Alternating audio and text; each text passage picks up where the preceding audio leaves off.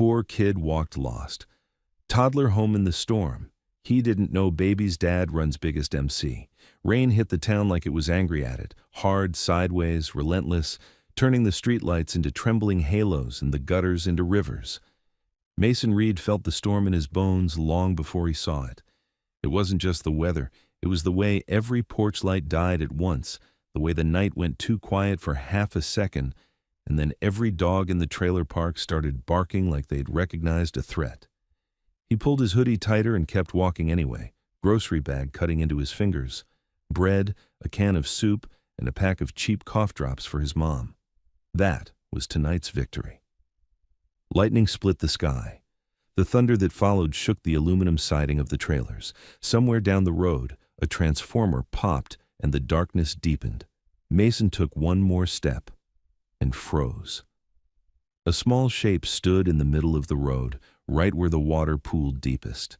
Bare legs, no shoes, a little jacket too thin for this kind of cold. The kid couldn't have been more than 2, maybe 3. And he was alone. Mason's first thought was stupid and automatic. Where's your mom? Like moms didn't disappear, like people didn't vanish in towns like this. The toddler blinked up at him, face streaked with rain and something darker, mud maybe. His lower lip trembled. One small hand clutched a plastic toy motorcycle so tight his knuckles looked white. Another bolt of lightning lit the road, and Mason saw it clearly. The kid's cheeks were purpled by cold, his hair plastered to his forehead, and there was a thin red mark across his wrist like someone had grabbed him too hard. Mason dropped the grocery bag. "Hey," he said softly, stepping closer like you would with a scared animal. "Hey, buddy, you okay?" The child didn't answer. He just stared, eyes huge, like he was trying to decide if Mason was safe. Wind shoved rain into Mason's face. Behind him, a loose sign banged against a pole. Clang, clang, clang, steady as a warning. Mason crouched, forcing his voice to stay calm. "What's your name?" The toddler's mouth opened, but only a shaky sound came out. Then he lifted the toy motorcycle, as if it was his proof of who he was supposed to be, as if that little plastic bike was the only reason he'd made it this far. Mason's throat tightened. He glanced up and down the road. No headlights, no frantic parents, no neighbors running out with flashlights, just storm. "Where do you live?" Mason asked. The toddler lifted his arm and pointed into the darkness, down the road toward the highway, the direction everyone avoided when the weather got bad. The direction where the woods started and the old industrial lot sat empty like broken teeth. Mason swallowed. Okay, we'll find it." He stood, grabbed the grocery bag, and took the toddler's hand. The kid's fingers were ice. Mason didn't hesitate. He scooped the child up, tucked him against his chest, and turned his hoodie into a shield. The toddler made a small sound, half sob, half relief, and clung to him with surprising strength. Mason started walking. The storm fought him the whole way. Water rushed over the road, pulling at his shoes. Branches littered the pavement. In the distance, a siren wailed once and then cut out like someone had torn the town's voice away. Mason kept his eyes forward, but he felt it, that creeping sense that the night wasn't empty. A vehicle moved somewhere out there, not close enough to see clearly. Just a low engine note slipping through the rain, then fading. Mason adjusted the toddler on his hip. "It's okay," he muttered, more to himself than to the kid. "We're just going home." The toddler's tiny face pressed into Mason's shoulder. Then, as if the kid heard something Mason didn't, he twisted his head and looked back. Mason followed his gaze. A pair of headlights appeared far behind them, slow, deliberate, cutting through the rain. They weren't speeding like a frantic parent. They weren't weaving like a drunk. They were pacing. Mason's stomach dropped. He turned off the main road, stepping through a gap between 2 trailers and onto a muddy side path that led behind the park. Most people didn't know it existed unless they lived here. Mason did, because he'd spent half his life finding ways to get from one place to another without being noticed. The toddler whimpered. "I got you," Mason whispered. "I got you." He pushed deeper into the mud and darkness, using the storm as cover. He reached the back fence where the trailer park ended and the tree line began. Beyond it, a narrow service road ran parallel to the highway, cracked asphalt, overgrown edges, and no lights. Mason climbed the fence carefully with the toddler in his arms, wincing as the wet metal bit his palm. He landed hard on the other side, nearly slipping, but he kept the kid upright. Then he paused, listening. The vehicle on the main road slowed, then stopped. Even through the storm, Mason could feel eyes in the dark. He started moving again, faster now. The service road curved, taking them away from the park, away from safety. But Mason couldn't go back, not with whoever that was sitting out there like a spider waiting for a fly to turn around. Ahead, a dim glow flickered between trees. Generator light, maybe. A place that wasn't completely dead. Mason headed toward it. As they walked, the toddler's breathing steadied, but his grip stayed tight. Every few steps, the kid would lift his head and stare into the darkness like he expected someone to leap out. Finally, Mason reached a small roadside building, an old diner with one window lit and a neon sign that barely buzzed. Open. The parking lot was half flooded, and the wind pushed sheets of rain across the cracked concrete. Mason's relief lasted exactly 1 second. Because parked beside the diner, angled like it had arrived in a hurry, was a black SUV with its engine running. And on the dashboard, barely visible through the rain-streaked windshield, a blue light pulsed once, twice, like a heartbeat. Mason stopped, the toddler heavy in his arms. The kid lifted his head, saw the SUV, and made a frightened sound that wasn't a cry. It was a warning. Mason's mouth went dry. He turned, scanning the lot. And that's when he saw the second vehicle, farther back near the trees, half hidden, lights off. Someone was waiting. Mason took one slow step backward, then another, trying not to splash, trying not to draw attention. The diner door opened, warm light spilled out. A woman stepped onto the porch, squinting into the storm. She saw Mason. Then she saw what he was holding. Her face changed instantly. Shock, recognition, then fear so sharp it looked like pain. "Oh my God!" she whispered, and her hand flew to her mouth. "Where did you—" Before she could finish, the SUV's driver's side door opened. A man got out, moving calm despite the weather. He wore a jacket that looked official even from here. He shut the door gently, like he wasn't in any rush at all. Then he raised his voice, loud enough to carry through the rain. "Hey," he called. "Kid, put the child down and step away." Mason's heart slammed against his ribs. He looked at the woman on the porch. Her eyes flicked to the toddler, then to the man by the SUV, like she knew exactly what was about to happen. And Mason understood something in a flash that made his blood turn cold. That man wasn't surprised to see the toddler. He'd been looking for him, and he didn't look relieved. Before we continue, tell us in the comments where you are watching this from. Mason didn't answer the man in the official jacket. He couldn't. The words got stuck behind his teeth because the toddler had gone rigid in his arms, small body trembling like it recognized the voice, or the kind of danger that came with it. The woman on the diner porch took one step forward, then stopped like an invisible leash snapped her back. Her eyes were wide, pleading at Mason without moving her mouth. "Don't." The storm threw rain in hard sheets across the parking lot. The neon open sign fizzed and dimmed, then flared again. Somewhere behind the diner, the dark vehicle by the tree line stayed still, lights off like it was watching them breathe. The man by the SUV raised his hands in a calm gesture that didn't match his words. "Easy," he called. "We're trying to help. Put the kid down." Mason's pulse hammered in his throat. Helping people didn't start with commands. Helping people didn't come with an idling black SUV and a blue dash light hidden behind rain.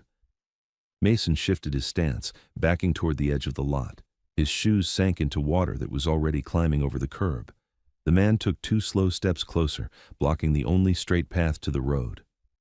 "Son," he said, tone patient, almost practiced, "that child's been reported missing. You're making this worse." Mason stared at him, trying to read what kind of official he was. Not a full uniform, not a badge in plain sight, just a dark jacket, a radio clipped on the shoulder, and the posture of someone used to giving orders in rooms where other people listened. "I found him," Mason said, voice rough. "He was in the road." "Uh-huh." The man nodded like Mason had confirmed what he wanted. "And you decided to take him?" Mason tightened his grip when the toddler whimpered. I'm taking him home. The woman on the porch said too quickly. He doesn't know. The man's head snapped toward her. She cut herself off instantly. Mason caught it, that tiny interaction, the way her courage died the second the man looked at her. The man turned back to Mason and smiled like he hadn't just silenced someone. Home, he repeated. Where's that? Mason hesitated, and in that half second, he saw the mistake. The man's eyes sharpened, hungry. This wasn't a conversation, it was fishing.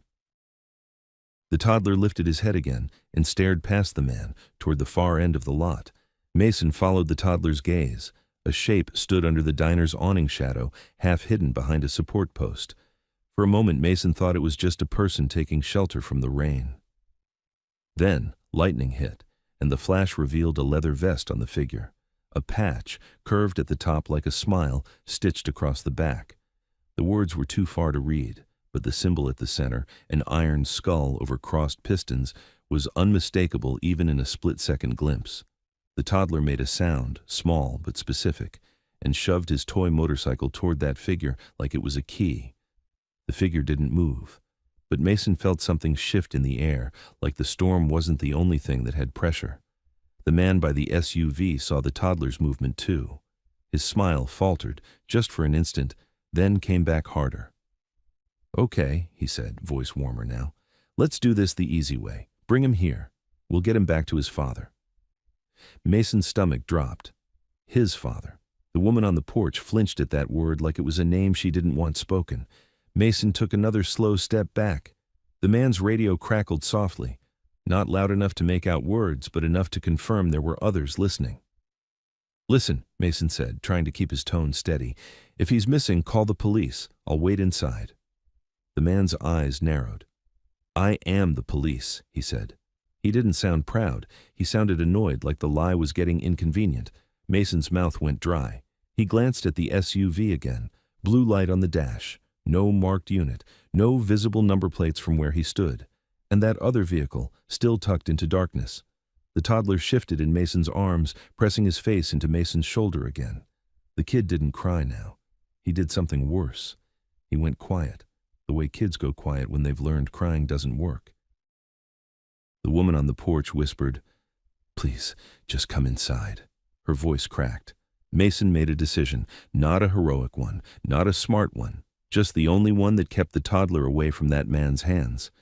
He turned and sprinted sideways along the flooded edge of the lot, aiming for the narrow gap between the diner and the line of trees behind it. Mud sucked at his feet. Water splashed up his jeans. Wind tried to shove him off balance. Hey! The man shouted, anger snapping through his calm. Stop!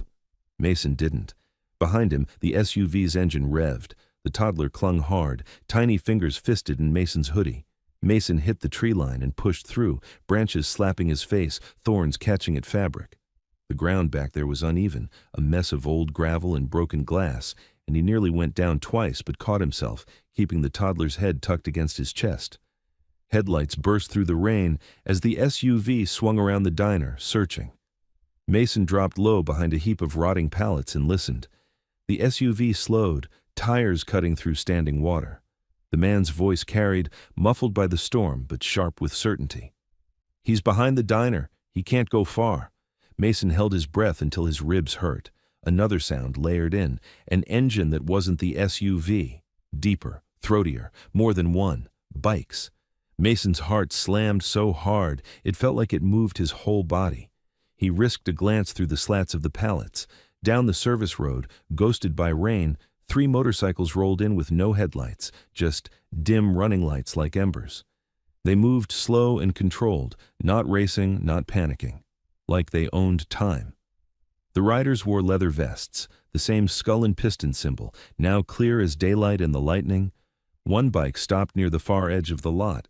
Another circled behind the diner. The third stayed near the trees, a shadow watching shadows. The man by the SUV stepped out again, turning toward them. His shoulders stiffened. He wasn't in control anymore. Mason's mind tried to catch up. The toddler, the patch, his father, the way the woman had flinched, the way the officer had looked irritated, not relieved. This wasn't a missing kid situation. This was territory. Mason shifted the toddler in his arms, trying to keep him quiet, and the kid's toy motorcycle squeaked, a tiny plastic protest that sounded too loud in the darkness. One of the riders snapped his head toward the pallets. Mason froze. The rider lifted a hand, pointing, not like a random guess, but like he'd been watching the back of that diner before Mason ever ran here. Mason's stomach turned to ice. The rider got off his bike and started walking toward the tree line. He was tall, broad, moving careful like he didn't want to slip. Lightning flashed again and Mason saw his face, hard angles, a scar at the edge of one eyebrow, eyes pale and focused. Not a kid, not a teenager, a man. The man in the police jacket called out, voice rising over the storm. "I've got him contained. We can do this clean." The biker didn't even look at him. He kept coming. Mason's breath came shallow. He scanned for exits. Behind him, deeper woods and old fencing. To his left, a drainage ditch swollen with floodwater. To his right, the diner's back wall and a service door. The biker was getting closer. The toddler stirred, lifting his head, and for the first time since Mason found him, the kid made a word-like sound, broken, wet, but clear enough to understand one syllable. "Da." Mason's throat tightened. The kid reached out a small hand toward the approaching biker, not in fear, in recognition. The biker stopped 5 feet away, rain dripping off his hair, his vest heavy and dark. His gaze fixed on the toddler's face, and for the first time, his expression shifted, something like shock, like disbelief, like he couldn't allow himself to feel relief yet. Then he looked at Mason. "You find him?" he asked. His voice was low, rough, controlled. Mason nodded once. He was alone, in the road. The biker's jaw tightened. He glanced past Mason toward the diner lot where the SUV idled and the man in the jacket hovered like he didn't know whether to fight or talk. "What's your name?" the biker asked. "Mason." The biker studied him like he was weighing a decision that could ruin someone's life. "You hurt him?" he asked, blunt. "No," Mason said immediately. "I carried him. That's it." The toddler lifted his toy motorcycle again toward the biker, offering it like a sacred object. The biker's eyes flicked to it, then back to Mason. "You run from that guy?" Mason hesitated, then nodded. The biker's mouth tightened into something that wasn't a smile, more like approval sharpened into warning. "Good," he said. Behind them, one of the other riders pulled up closer, stopping just short of the pallets. He stayed on the bike, scanning the trees, scanning the diner, scanning everything like he expected bullets to come from the rain.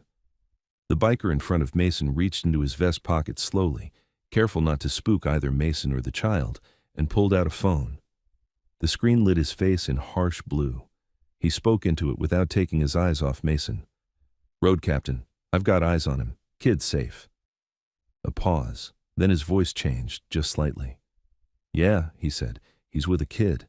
Looks like he carried him. Doesn't look like he's lying." Another pause. Rain hammered down like fists on metal. The biker's gaze slid to the man by the SUV. His voice went colder. "And tell Prez, there's a unit out here that shouldn't be. Unmarked. Blue dash light. Same guy from last time." Mason's blood went colder at the words "tell Prez." The biker ended the call and took one step closer. "You did the right thing," he said to Mason, quiet enough that the storm almost swallowed it. "But you're standing in a bad place, holding the wrong kid." Mason swallowed hard. "Who is he?" The biker didn't answer directly. He tilted his head toward the toddler, who was now staring past Mason again. Mason turned his head. The man in the police jacket was walking closer through the rain, hands out, like he was trying to look non-threatening. But now he wasn't smiling. Now he looked desperate. "All right," the man called, voice tight. "Enough of this. Hand the child over. That's an order." The biker in front of Mason took a slow step sideways, placing his body between Mason and the man. He didn't raise his voice. He didn't threaten. He just stood there like a locked door. The man stopped, rain dripping off his hair, eyes flicking between the biker and the toddler. "You don't understand what you're interfering with," the man said. The biker's gaze didn't move. "Oh," he replied, calm as a knife. "I understand exactly." The other biker behind them clicked something metal, subtle, fast. Not a gun cocking loud for drama, just the quiet sound of a weapon being made ready. Mason's mouth went dry. The toddler tightened his grip on Mason's hoodie again, and Mason felt how small the kid really was, how easily someone could take him, how easily this whole night could become something Mason never crawled out of. The man in the jacket leaned forward, rain streaming off his jaw. "Last chance," he said, voice low now, meant only for them. "Give me the kid and you walk away. Keep playing hero and—" A new set of headlights appeared at the edge of the lot, brighter than the rest, cutting through the storm like the night was being split open. And behind those lights, engines, many of them, began to roll in, deep and steady, like thunder you couldn't outrun. The new headlights didn't drift in like normal traffic. They came in a line, spaced and steady, bright enough to bleach the rain white. Engines rolled with them, heavy, synchronized, deliberate, until the whole flooded lot vibrated under Mason's feet. The man in the police jacket took one step back without meaning to. He caught himself, straightened, and forced his face into a hard mask. The biker shielding Mason didn't move. He just angled his shoulders slightly as if bracing for a wind that wasn't coming from the sky. The first bike in the line cut its lights at the edge of the lot and coasted forward on a low growl. Then another. Then another. Leather vests, patches, faces half hidden by rain and shadow. Some wore helmets, some didn't. None looked surprised to be here. Mason's hands went numb around the toddler, not from cold now, from the realization that he'd walked into a world that didn't ask permission from anyone. A truck rolled in behind the bikes, lifted suspension, black paint swallowing the light. It stopped near the diner porch. The engine didn't shut off right away, like even the vehicle understood it might need to move fast. The diner door cracked open again, and the woman stepped out halfway, clutching the frame like she was holding herself upright. She kept her gaze on the toddler, not on the officer, not on the bikers, only on the kid, like she couldn't afford to look at anything else. The officer turned his head slowly, scanning the arrivals, and Mason saw the fear he was trying to hide. Not panic, something more calculating, like he was doing math in his head and not liking the answer. The road captain's phone buzzed again. He checked it, then slid it away without speaking. A rider near the front peeled off and walked toward them. He didn't hurry. The rain could have been applause for how little he cared about it. When lightning flashed, Mason saw him clearly. Late 30s, maybe early 40s, thick neck, heavy shoulders, beard trimmed close, a dark hoodie under his vest. His eyes were the kind that didn't waste time on hope. They landed on Mason first, then on the toddler, and something tightened in his face, something he forced back down so fast Mason almost missed it. He stopped a few feet away. "Which one of you called it in?" he asked, voice flat. The road captain nodded once. "Me." The older man's gaze flicked to the officer. "And who's that?" The officer stepped forward fast, too eager, like speaking first might save him. "Deputy? Name," the older man cut in. The officer hesitated half a beat. "Deputy Harlan." The older man didn't react like that meant anything good. Then he looked at Mason. "Kid," he said, "set him down." Mason's arms tightened. The road captain spoke for the first time with a warning edge. "He ain't letting go because of what your boy did. Found him out in the street, ran from Harlan." The older man's eyes narrowed. "Ran from law?" he asked Mason. Mason swallowed, then forced himself to speak. He didn't look like law. He wasn't acting like it. A muscle jumped in Harlan's jaw. "He's lying. I told him to stop. He bolted. That's suspicious." The older man ignored Harlan like he was background noise. He stepped closer to Mason, stopping just outside arm's reach. "Look at me," he said. Mason did. The older man's eyes dropped to the toddler's wrist, the red mark, then to the kid's bare feet. His mouth pressed into a thin line. "What's your name?" he asked Mason. "Mason." "What'd you do with him?" "I carried him," Mason said. "That's it. He was in the road, alone." The older man stared at him for a long second that felt like being weighed on a scale Mason couldn't see. Then he shifted his gaze to the toddler. The kid stared back, lip trembling again. Not because of Mason now, but because the crowd, the engines, the rain, the adult voices were too much. The toddler lifted the toy motorcycle, holding it out toward the older man the same way he had with the road captain. The older man's expression cracked, just barely. He didn't smile. He didn't soften. But his eyes changed, like a door inside him opened a fraction. He reached out slowly and touched the toy's handlebars with 2 fingers. Like he was confirming it was real, like he was grounding himself. Then he exhaled through his nose and said one quiet word that made the air shift. Atlas. The toddler made a small sound in response, almost a laugh, almost a sob, and leaned forward as if pulled by gravity. Mason's stomach dropped again. That wasn't a random kid. That was a kid with a name people used like it mattered. The older man looked back at Mason. You didn't take him from anywhere? No, Mason said. I found him. Harlan tried again, forcing authority into his voice. This is a police matter. The child needs to be placed with proper... The older man turned his head toward Harlan, slow and deadly calm. You don't get to speak over me, he said. Harlan's eyes flashed. Excuse me? The older man stepped toward him, and it was like a line got drawn in the mud. 2 of the bikers behind him shifted their stance, hands low, ready. I said, the older man repeated, voice quieter now. You don't get to speak over me. Harlan held his ground, but his throat worked like he wanted to swallow his fear back down. I have jurisdiction here, Harlan said. You're obstructing an investigation. The older man tilted his head slightly, studying him. You running dash cam on that unmarked SUV? Harlan's face tightened. It's an authorized vehicle. You got a unit number? Harlan didn't answer fast enough. The older man's eyes slid to the blue pulse on the SUV dashboard, then back to Harlan. You got a warrant? A report? Anything that explains why you're out here with lights hidden and backup parked in the trees? Mason's chest went tight at the reminder of that second vehicle. He hadn't imagined it. Harlan's voice rose, trying to outrun the question. The child is missing, and this boy... The older man's hand shot out and grabbed Harlan's jacket front, yanking him forward hard enough that Harlan stumbled. Gasps came from the diner porch. A couple of bikers moved in close without being told.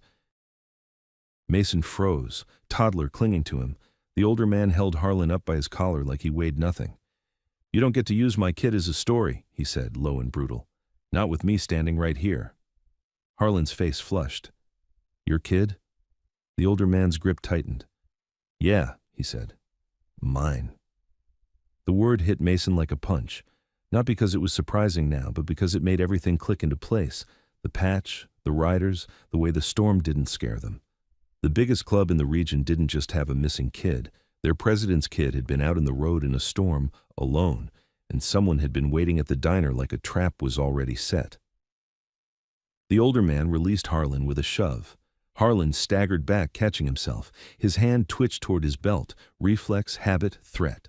The road captain's voice cut through the rain like a razor. Don't? Harlan froze. A biker near the tree line stepped forward enough for Mason to see the outline of something in his hand. Not raised, just present. A reminder. The older man turned back to Mason. Bring him. Mason hesitated, then took a careful step forward. The older man didn't reach for Atlas immediately. He looked at Mason again, studying his face like he was searching for something hidden. You got parents? He asked. My mom, Mason said. She's sick. The older man nodded once as if filing that away. You live in that park? Yeah. You weren't looking for trouble tonight? No. Trouble found you anyway, the older man said. He finally reached out and took Atlas from Mason with controlled gentleness that didn't match the violence he'd just shown Harlan. Atlas grabbed the older man's hoodie and buried his face against his chest, breathing fast, then slower again, like his body finally believed he'd survived the night. The older man held him like it was the only real thing in the world. Then he lifted his gaze to Mason again. You did good, he said, and it sounded like it cost him something to admit it. But you're not walking away yet. Mason's stomach sank. What? The older man's eyes slid to Harlan. Because somebody let my kid get out, he said, voice steady now. And somebody tried to collect him like a package. Mason looked at Harlan. Harlan stared back, face tight, eyes hard, pretending he wasn't shaking inside. The diner woman stepped off the porch finally, moving fast through the rain like she couldn't stand it anymore. She came toward them, hands out, eyes on Atlas. Thank God, she whispered. Thank God he's alive. The older man's gaze sharpened on her. You work here? Yes, she said quickly. My name's Tessa. I was going to call, but the power, You recognized him, the older man said, not a question. Tessa's throat bobbed. Everybody knows. I mean, people know who you are. And you knew he was missing? Her eyes darted toward Harlan, then away. I heard it. It was going around. The older man held Atlas tighter. Who told you? Tessa swallowed. A man came in earlier, before the blackout. He asked questions about the back roads, about the trailer park, about whether the phones worked. He said he was looking for a lost child. Mason's skin crawled. Harlan's eyes narrowed. That's irrelevant. The older man glanced at Harlan like he'd swat a fly. Tessa went on, voice shaking. He paid cash. He left, then the storm got worse. Then she looked at Mason. Then you came with him, and I thought it was over. The older man's expression went cold. What did the man look like? Tessa hesitated. Big. Tattoos on his hands. He had a ring, like a skull, but not yours. Different. A rival symbol. Mason didn't know the clubs, but he knew enough about men to understand what it meant when someone had a skull ring and wanted you to notice. The road captain stepped in. That's not ours. The older man nodded slowly. No. It ain't. Harlan forced a laugh that sounded like metal scraping. You're letting rumors and scared waitresses. The older man turned on him so fast it made Mason flinch.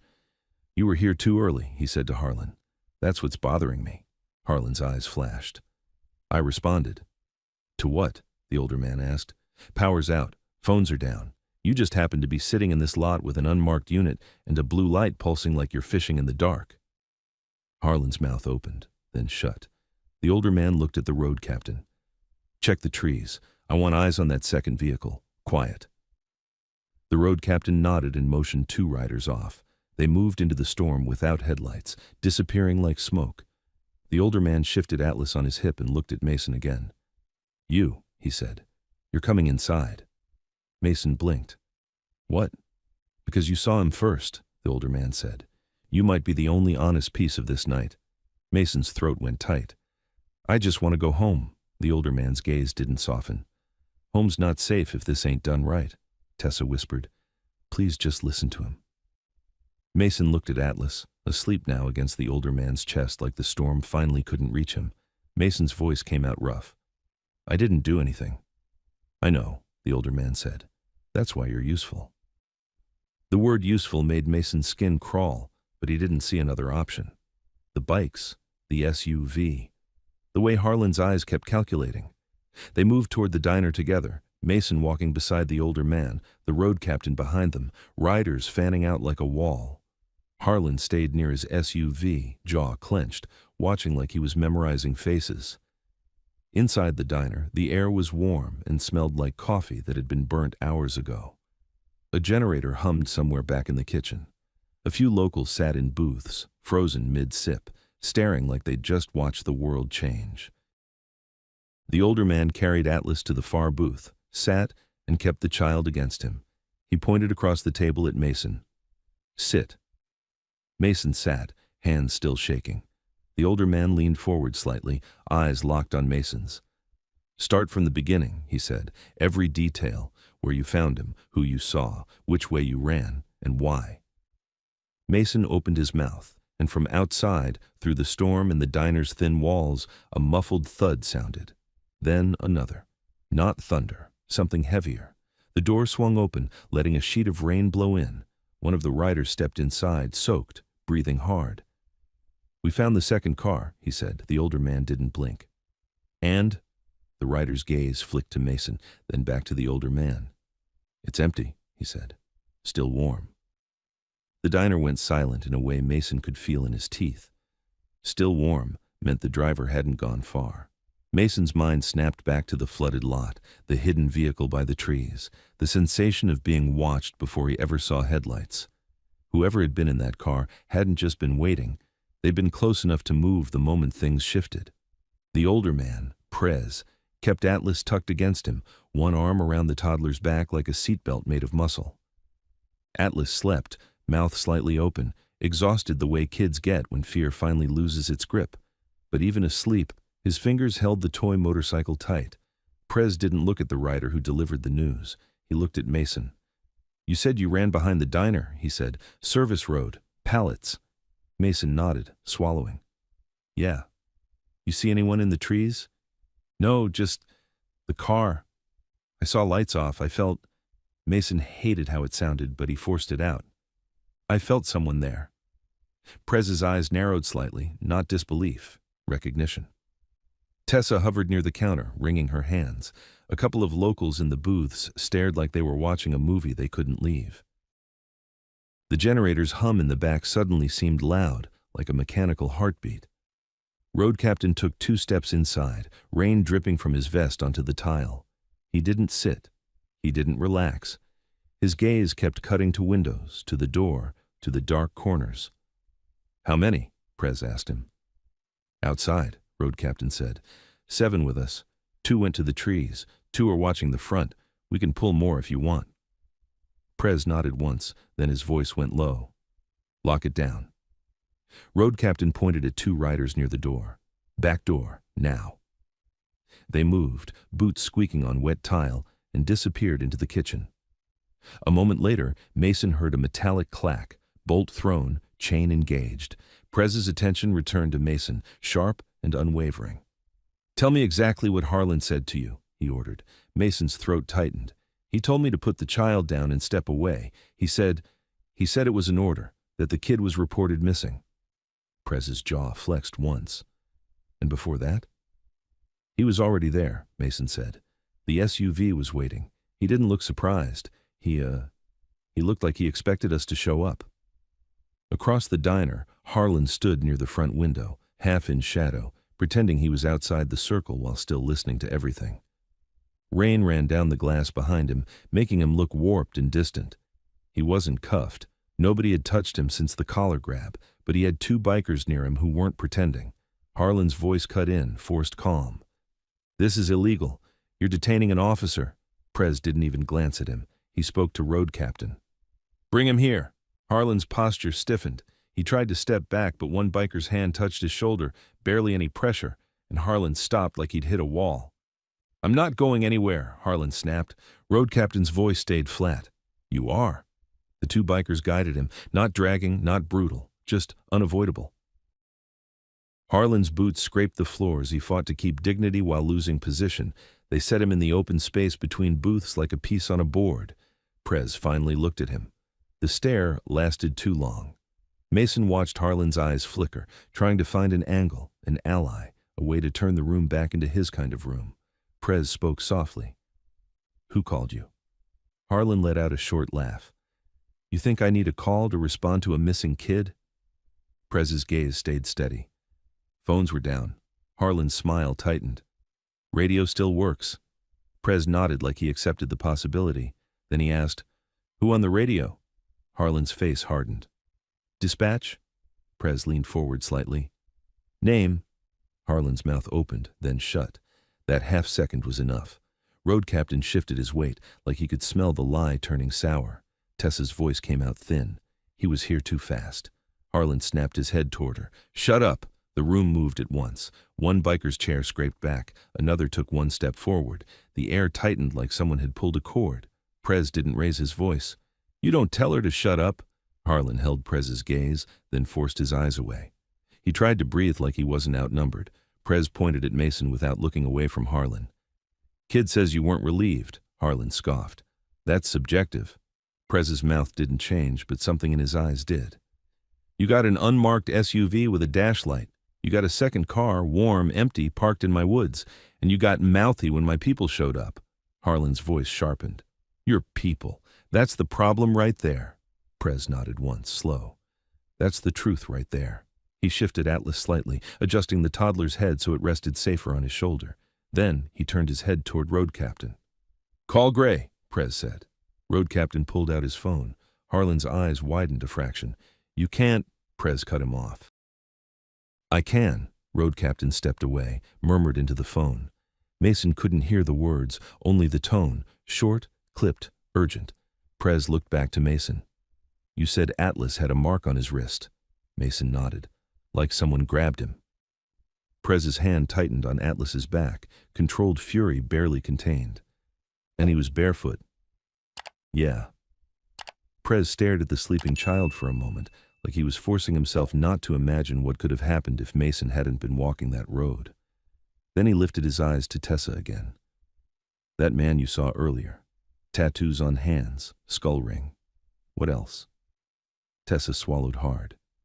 He had a limp right leg, and he kept checking his phone like he was waiting for a message. Prez's gaze flicked to Harlan. You know him. Harlan's jaw worked. A lot of people have tattoos. Prez leaned in a little closer, voice lower. A lot of people don't come sniffing around my town asking about back roads. Harlan's nostrils flared. He looked at Mason like Mason was the weak link, the easiest to twist. You want to go home, kid? Tell them you took that child from somewhere. Tell them you were paid.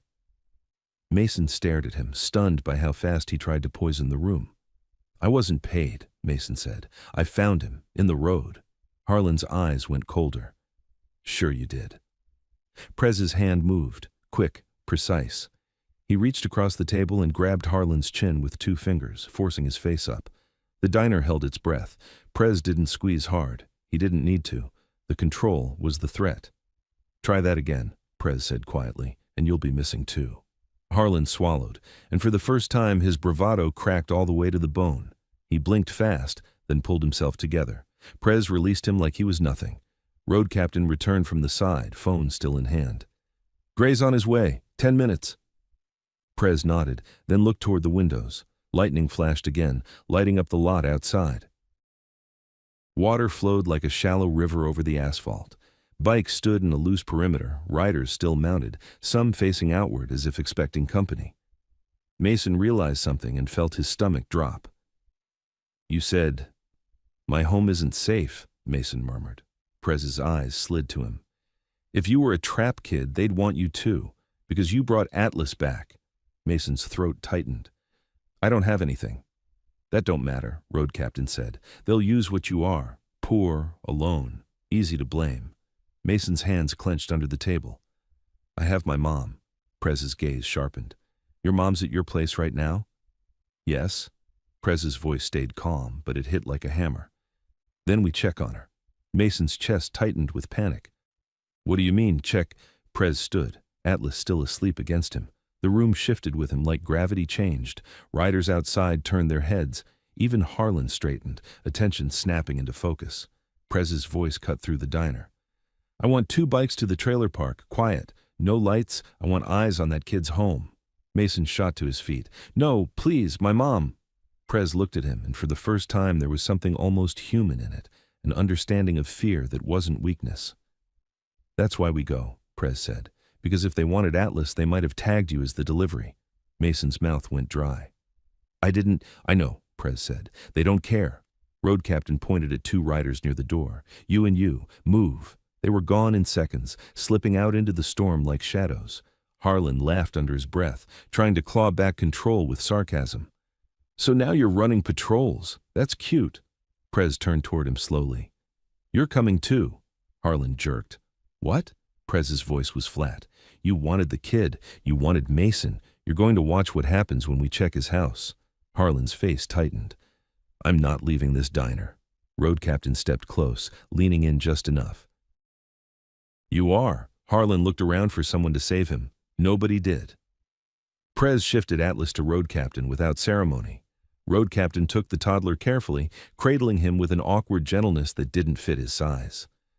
Prez reached into his pocket, pulled out a small key fob, and tossed it to a rider. Truck. Then he looked at Mason. You ride? Mason blinked. No. You ride tonight, Prez said. Mason's stomach twisted. I can't. You can, Road Captain said. Or you can stay here and pray your mom's breathing when you get back. Mason felt his knees go weak at that. He nodded once, barely.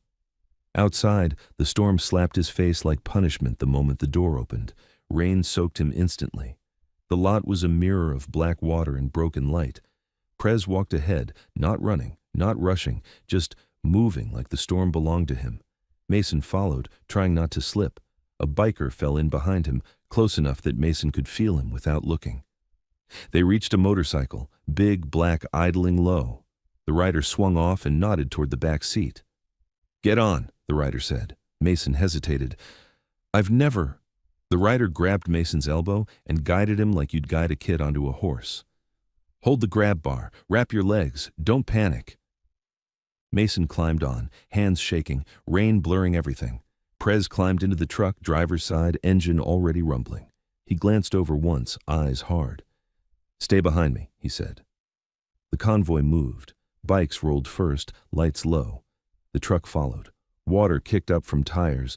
The town's dead streetlights made everything feel like it was happening in a dream where the rules had been shut off.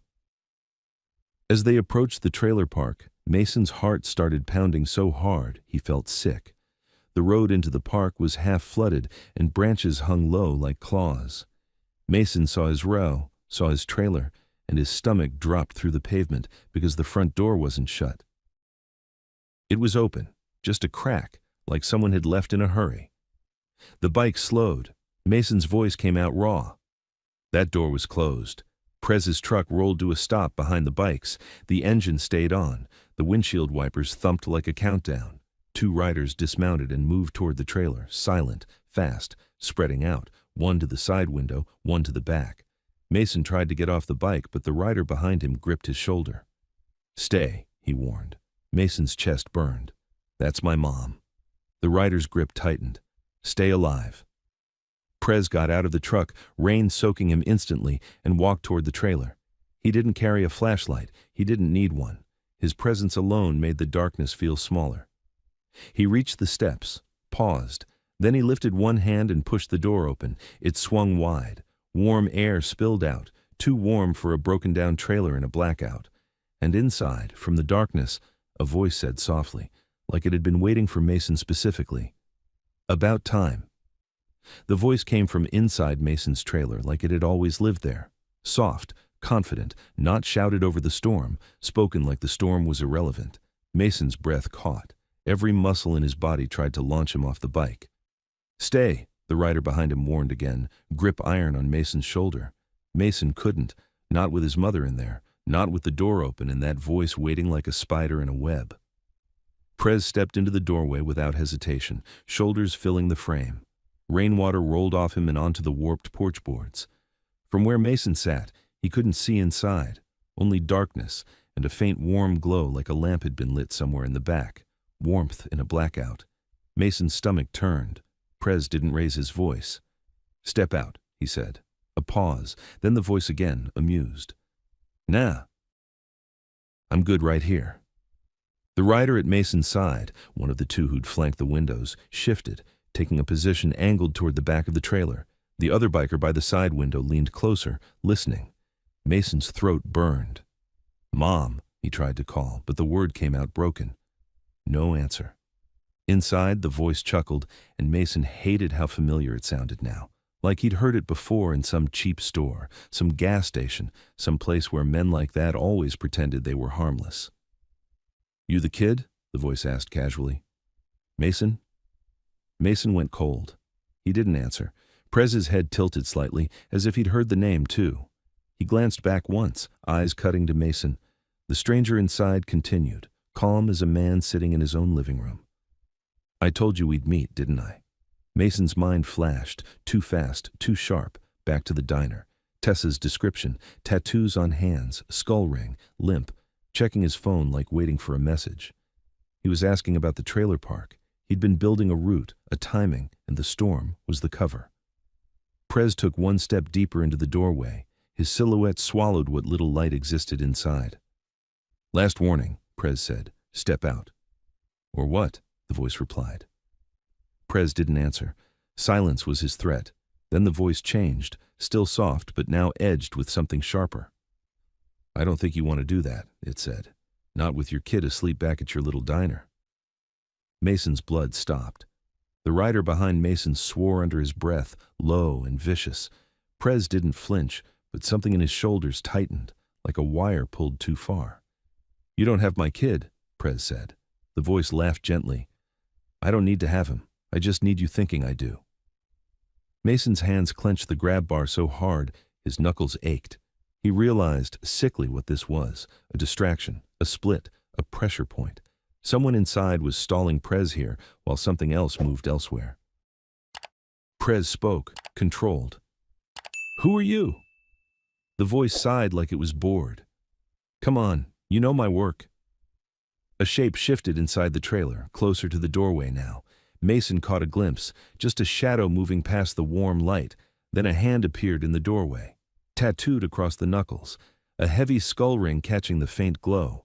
The hand held something else too, small, metallic, and wrong. Not a gun. A phone. The stranger lifted it, screen facing Prez.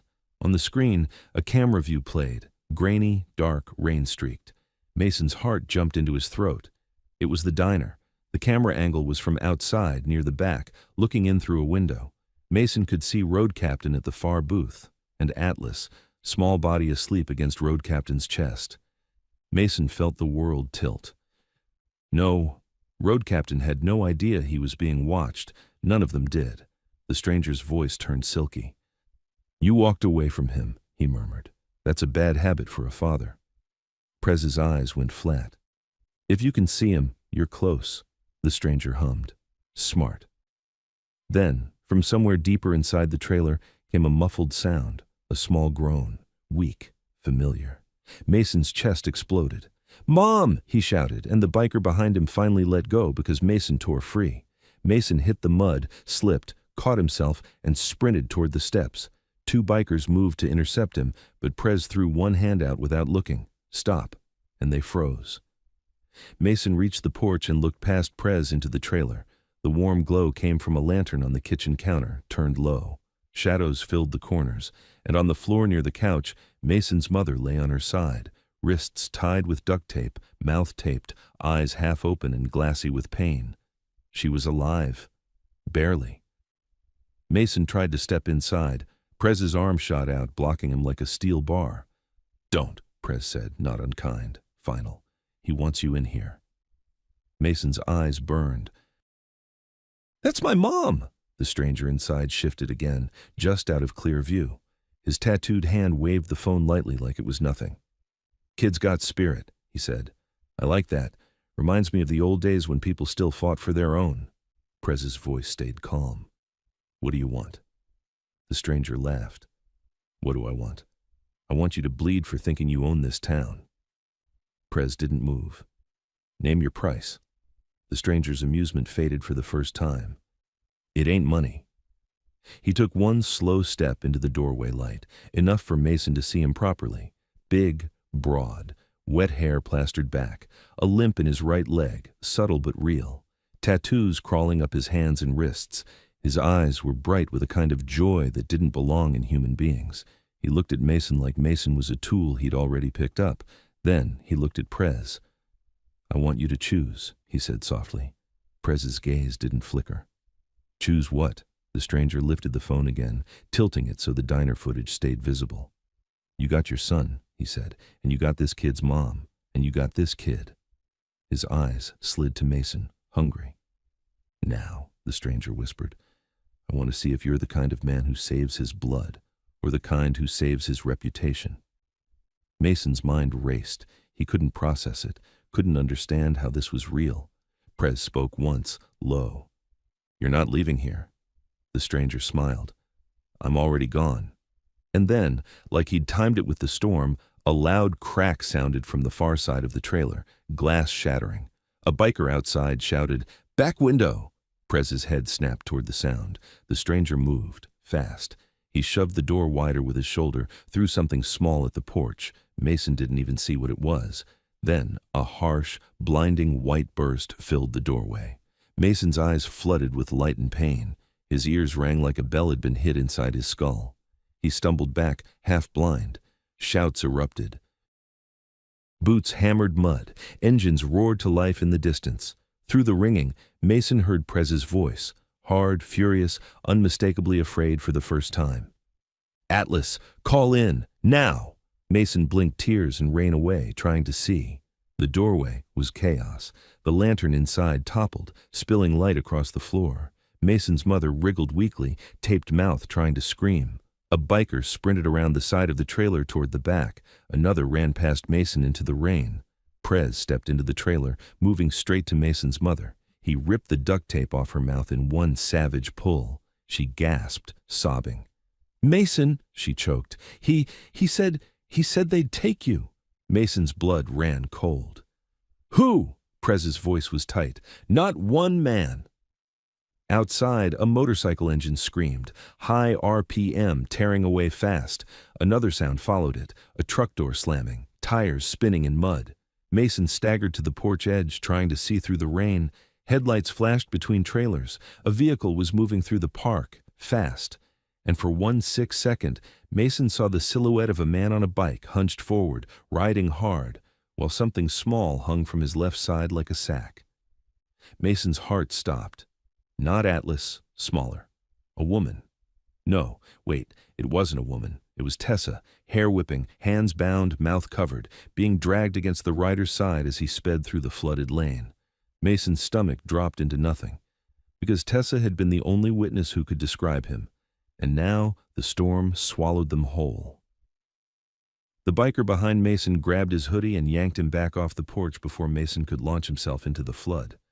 "Let go!" Mason screamed, fighting like it mattered.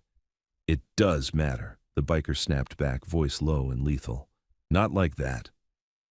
Prez was already moving, half inside the trailer, half outside, one hand ripping at knots, the other barking orders into the storm. "Road captain," he shouted. "We got a snatch! South lane through the park! Go!" Road captain's voice answered from somewhere near the bikes. "On it!" Engines erupted. Mason twisted, trying to see. Headlights swept between trailers, bouncing off sheets of rain.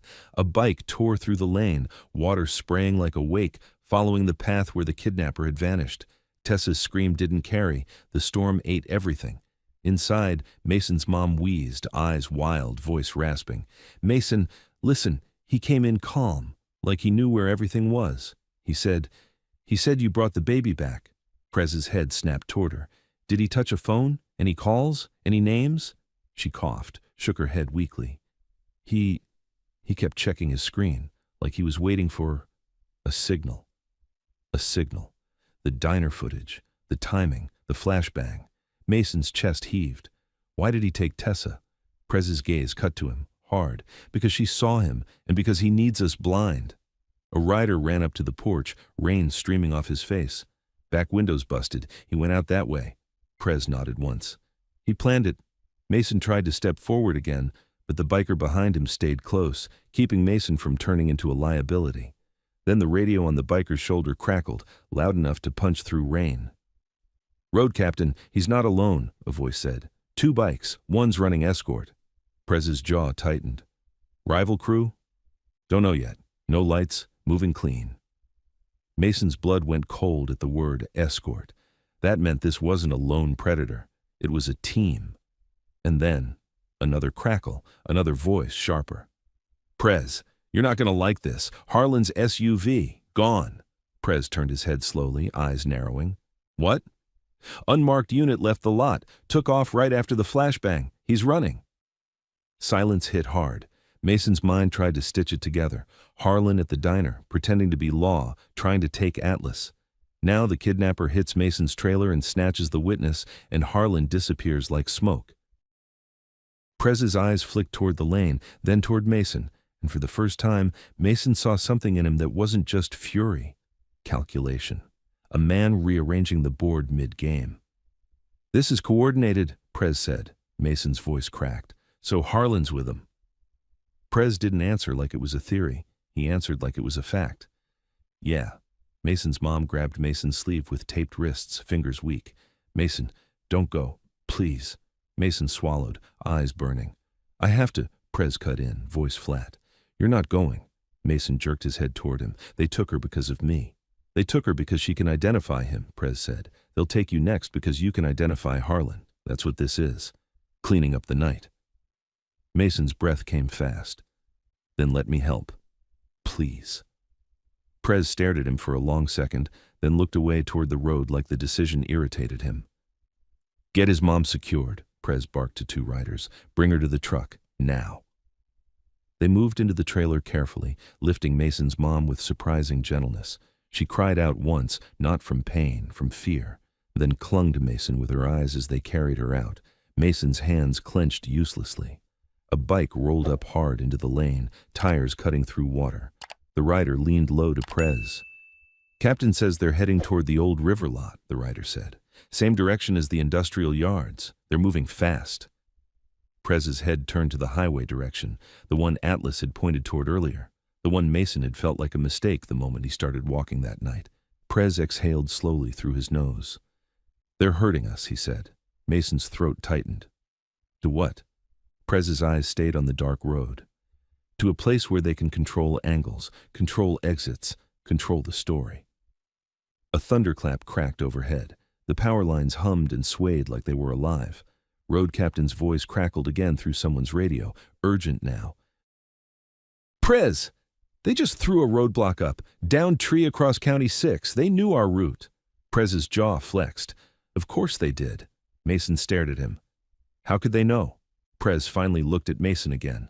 "Because somebody's hearing everything we're doing." Mason's skin prickled. "A tracker?" Prez's gaze cut toward the truck, then toward the diner direction, then toward the lot, like he was scanning for an invisible thread. "Or," Prez said quietly, "because a deputy with a radio is feeding them." Mason's stomach turned. Then a biker jogged up from the far end of the lane, holding something in his hand. "Found this by the porch," he said. He handed it to Prez. It was small, black, wet, a button-sized device with adhesive backing. Prez's eyes narrowed. Mason leaned closer, dread pooling. "What is that?" Prez turned it between his fingers, rain glistening on plastic. "A bug," he said. Mason's mouth went dry. "From the trailer." Prez shook his head once. "From us. He threw it. Flashbang as cover, bug as gift." Road captain's voice came through again, louder, clipped. "We're losing them, Prez. They're cutting through the yards. If we don't move now..." Prez looked at Mason, then at Mason's mother being loaded into the truck, then down the dark lane where Tessa had vanished. He made a choice. "Kill all comms," Prez ordered. "No radios, no phones." Riders immediately began pulling devices off, tossing them into the truck bed like they were contaminated. Prez held the bug up for one of the bikers. "Crush it." The biker crushed it in his fist. Plastic snapped. Prez turned to Mason, eyes hard. "You still want to help?" he asked. Mason didn't hesitate. "Yes." Prez nodded once. "Then you do exactly what I say, and you don't act brave." Mason's voice came out raw. "I won't." Prez stepped closer, lowering his voice so only Mason could hear. "We don't chase them where they want," Prez said. "We cut them off." Mason blinked. "How?" Prez's gaze slid toward the back of the trailer park where the service road ran. Cracked asphalt, overgrown edges, no lights. The same route Mason had used to hide. "You know back ways," Prez said. "You live here. You know where the roads meet the yards without cameras, without streetlights." Mason's mind raced, mapping the town in his head. "There's a drainage cut behind the old tire shop. It runs under the highway to the river lot." Prez's eyes sharpened. "How far on foot?" 10 minutes, Mason said. "Maybe less." Prez nodded. "Good." Mason's stomach dropped. "On foot?" Prez looked toward the bikes. Half of them were being repositioned, riders readying, engines low. "We go loud with bikes on the main routes," Prez said. "Make them look at steel. But you and me, we go quiet. We get ahead." Mason's heart slammed. "Me and you?" Prez didn't smile. "You're the only one who can move through your own town without anyone noticing. And they don't know I'll go without my crew." Mason swallowed hard. Atlas stays guarded," Prez said. "They won't touch him again if they want to live." Mason wanted to believe that.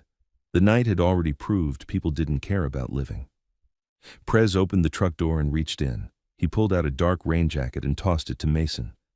"Put that on," he said. "No bright clothes."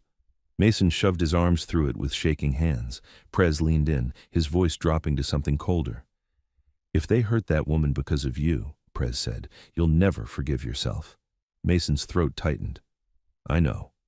"So we don't let them," Prez finished. He turned to road captain and spoke without radios, using only eye contact and a few hand signs.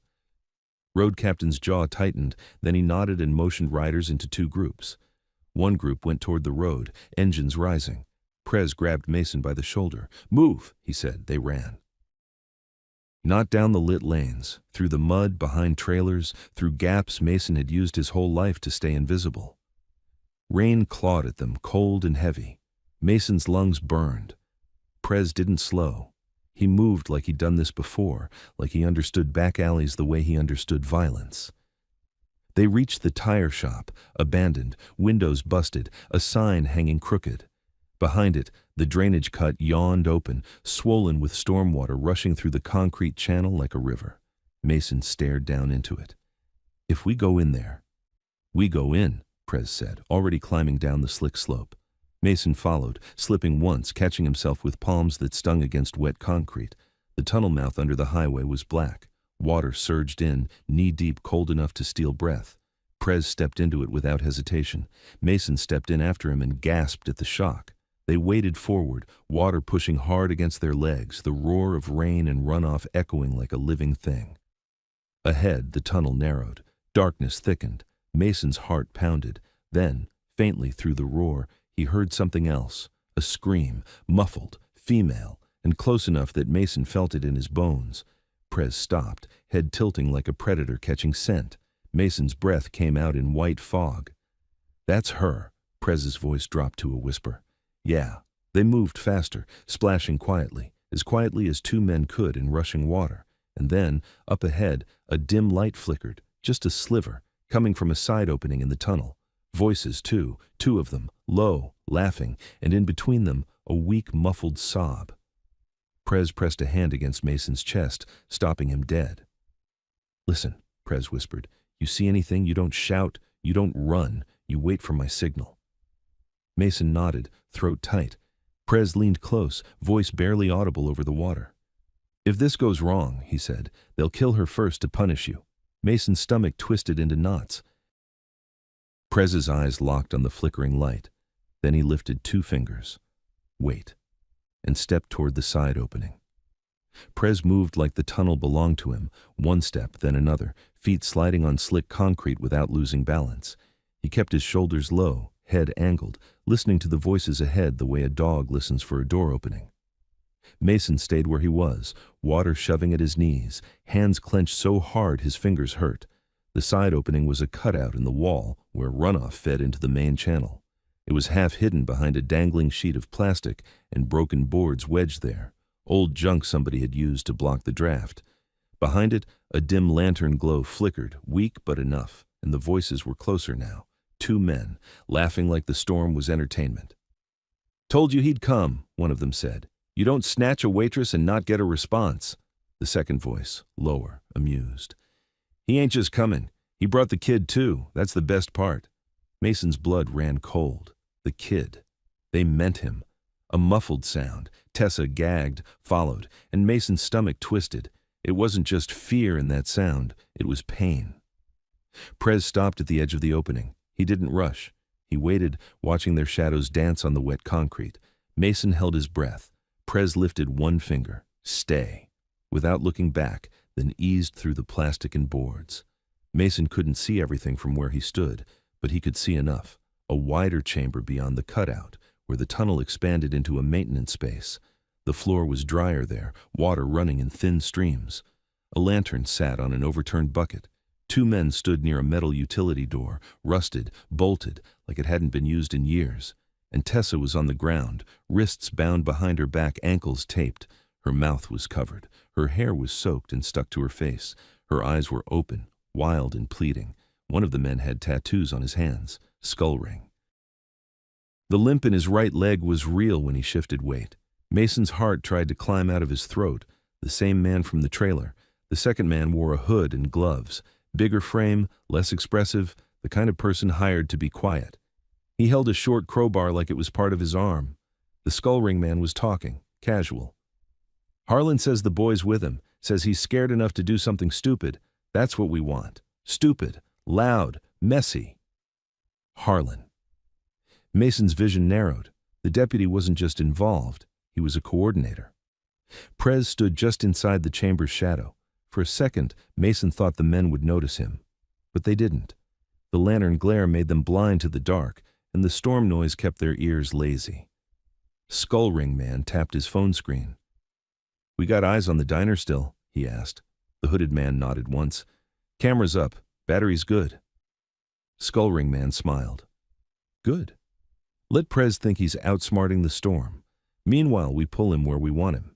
He crouched beside Tessa and grabbed her hair, yanking her face up. She made a gagged sound, tears mixing with rain. "You," he said softly, like he was sweet-talking a child. "You're going to do me a favor." Tessa shook her head violently. Skull Ring Man's smile widened. "You're going to tell Prez you saw Mason take the kid. You're going to say it real clear. Because if you don't—" He turned his head slightly, and the hooded man lifted the crowbar an inch, letting it hover near Tessa's ribs like a promise. Mason's stomach flipped. Prez shifted, barely. Just enough. Skull Ring Man's head snapped up. For half a second, everything paused. Then the man's eyes locked onto the dark, and he smiled. "Well," he said, voice warm with satisfaction, "look who crawled through the sewer." Prez stepped fully into the lantern light. The air changed. Even the hooded man straightened, grip tightening on the crowbar. Prez didn't look at them with rage. He looked at them like he was counting distances. "Let her go," Prez said. Skull Ring Man laughed. "You came without your boys." Prez's eyes didn't move. "Let her go." The man's limp shifted as he rose, rolling his shoulders like he was loosening up for a fight. "You know what I want," he said. "I want you to admit you ain't untouchable. I want you begging where nobody can see it." Prez took one step forward. Skull Ring Man's smile faded into something sharp. "Stop." Prez didn't. The hooded man moved, sliding sideways, trying to get an angle. Mason saw it from his position in the tunnel, saw the way the hooded man's body lined up with Prez's ribs like he was preparing to swing the crowbar into bone, and Mason's whole body reacted before his brain could stop it. He stepped forward. Water splashed. It wasn't loud, but in that tight chamber it might as well have been a gunshot. Skull Ring Man's eyes flicked past Prez, straight to Mason. There was a moment of pure, bright recognition. "There he is," the man said softly. "The delivery boy." Prez's head turned just slightly, eyes narrowing when he saw Mason had moved. His jaw tightened. Not anger, something else. "You disobeyed." Mason froze at the opening, half in water, half out, rain dripping off his hood. Skull Ring Man's gaze crawled over him. "You know what I like about poor kids?" he said. "They think doing one good thing makes them safe." Mason swallowed. His voice shook, but he forced it out.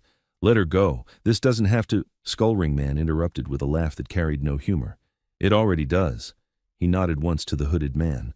The hooded man lifted the crowbar, not toward Prez, toward Tessa. Prez's posture shifted instantly, tiny, lethal, and Skull Ring Man used that half second to do something Mason didn't expect. He reached into his jacket and pulled out a small black pouch.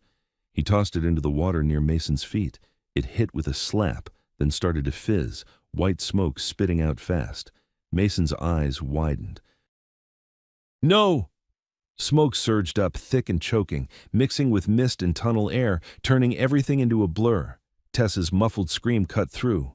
Prez moved, fast, straight toward the lantern, straight toward the men, but the hooded man swung the crowbar at the lantern itself.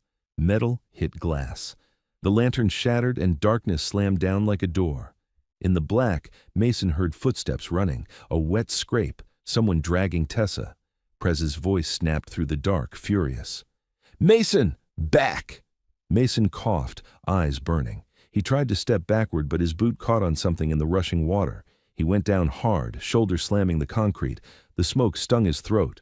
He heard a motorcycle engine in the distance, impossible inside a tunnel, but real, growing louder, like there was an exit nearby. Then a new sound. Radio chatter, faint but unmistakable, coming from somewhere close. "Harlan to unit! Move, move!" Mason's blood went ice. They still have comms. Prez had killed his own, but the enemy hadn't. A hand grabbed Mason's collar, yanked him up. Prez, eyes fierce even in darkness, hauled him to his feet. "We're late," Prez growled. Mason coughed, trying to see. "Tessa, we don't lose her," Prez snapped. He dragged Mason through the smoke deeper into the chamber toward the metal utility door. Mason blinked through tears and saw it now, fresh scrape marks on the floor leading straight to that door, like it had been used recently despite the rust. Prez slammed his shoulder into it. It didn't budge. He hit it again, harder. The bolt rattled. From the other side came a sound that made Mason's stomach drop. A laugh, close, calm. Skullring man's voice, muffled through metal. "You almost had it," he said, "but you're always one step behind when you bring civilians." Prez's hands clenched into fists. Mason's throat burned. "How do we get through?" Prez leaned close to the door, voice low and deadly. "You don't." He turned, grabbing Mason by the front of the rain jacket, eyes blazing. "You know another way out of these drains?" he demanded. Mason's mind raced, the town map flashing behind his eyes. There's a maintenance ladder up by the river lot. It comes out behind the old pumping station." Prez's gaze locked in. "How far?" 3 minutes if we run," Mason said, lungs on fire. Prez released him, already moving. "Then run." They splashed back into the main channel, water hammering their legs. Behind them, through smoke and darkness, came one last muffled sound. Tessa's sob choked off mid-breath, like a hand had covered her mouth. And then the radio, faint again, cutting through the tunnel roar. "Harlan says Prez is in the drains. Cut him off at the pumping station." Prez's head snapped toward the direction Mason had just named. His voice dropped, tight with realization. "They know," he said. And Mason understood with sick clarity.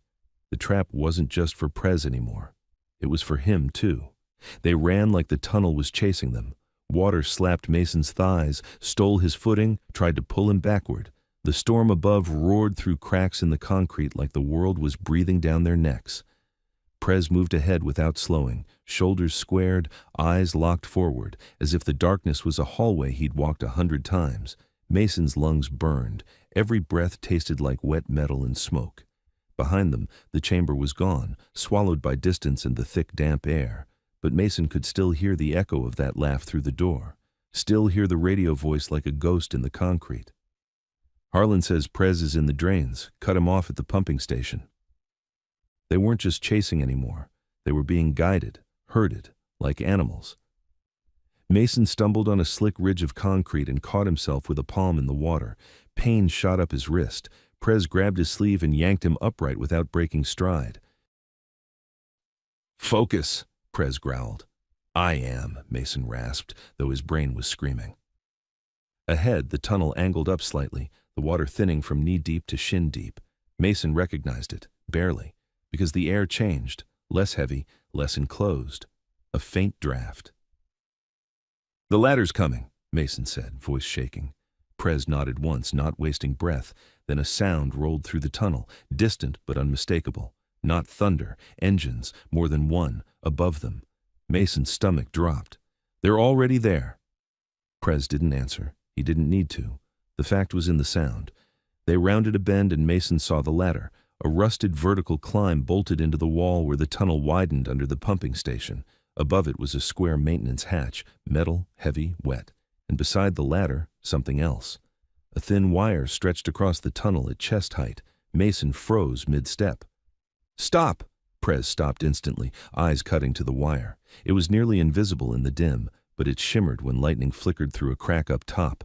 A tripline, a trap. Mason's breath came out sharp. "They said it!" Prez lowered himself, inspecting without touching. He didn't look surprised. He looked irritated, like the enemy had confirmed what he already knew. "You said the ladder comes out behind the pumping station," Prez murmured. "Yeah," Mason said. "It's supposed to be quiet," Prez cut in. Mason swallowed the rest of the sentence. Prez stepped back, scanning the tunnel walls. The water was lower here. That meant movement was easier. That meant they'd planned this spot for control. Then Mason heard it, bootsteps splashing somewhere behind them, fast, multiple, not their people, not road captain, too close. Mason's eyes widened. "We're not alone." Prez grabbed Mason by the collar and pulled him against the wall into a recessed gap where an old pipe ran overhead. They pressed into shadow as footsteps approached. A flashlight beam swept through the tunnel, quick, searching. Two voices followed, low and confident. "They're close," one said. "Harlan says they took the drains," the other replied. "If we catch Prez down here, we don't need the boy alive." Mason's stomach turned to ice. The beam flicked over the tripline, careful. Whoever these men were, they knew it was there. They moved past it, stepping around it like it was normal furniture. Mason held his breath until his ribs ached. One of the men stopped near the ladder and looked up. He spoke into something.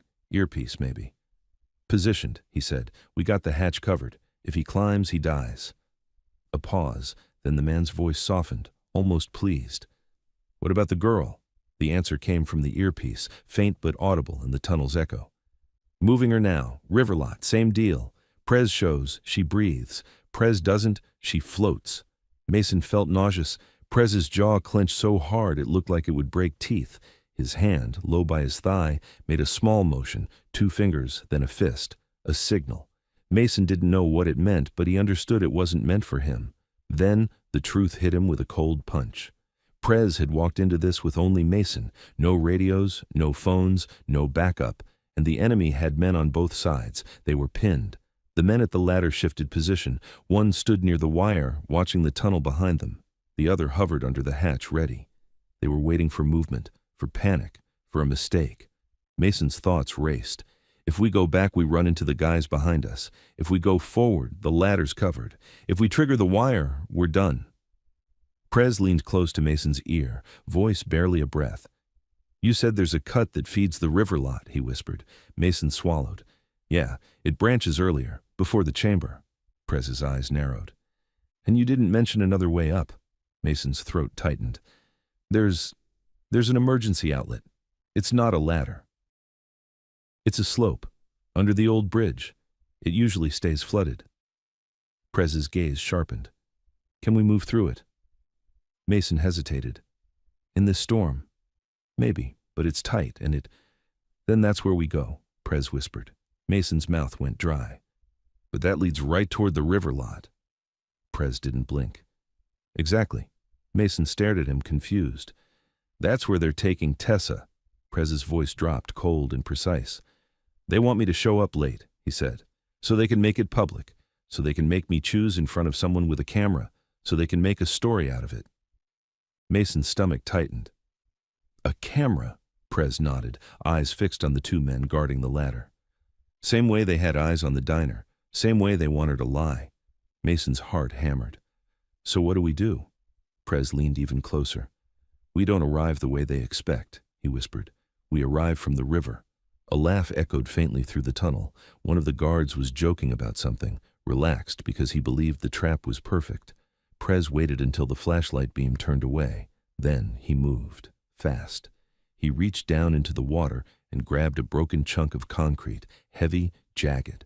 In one fluid motion, he hurled it down the tunnel behind the guards. It hit the water with a massive splash. Both men snapped their heads toward the sound. Flashlight swung. "Back there!" one shouted. As the beam and attention shifted, Prez grabbed Mason's sleeve and yanked him low under the pipe, sliding along the wall toward the side branch.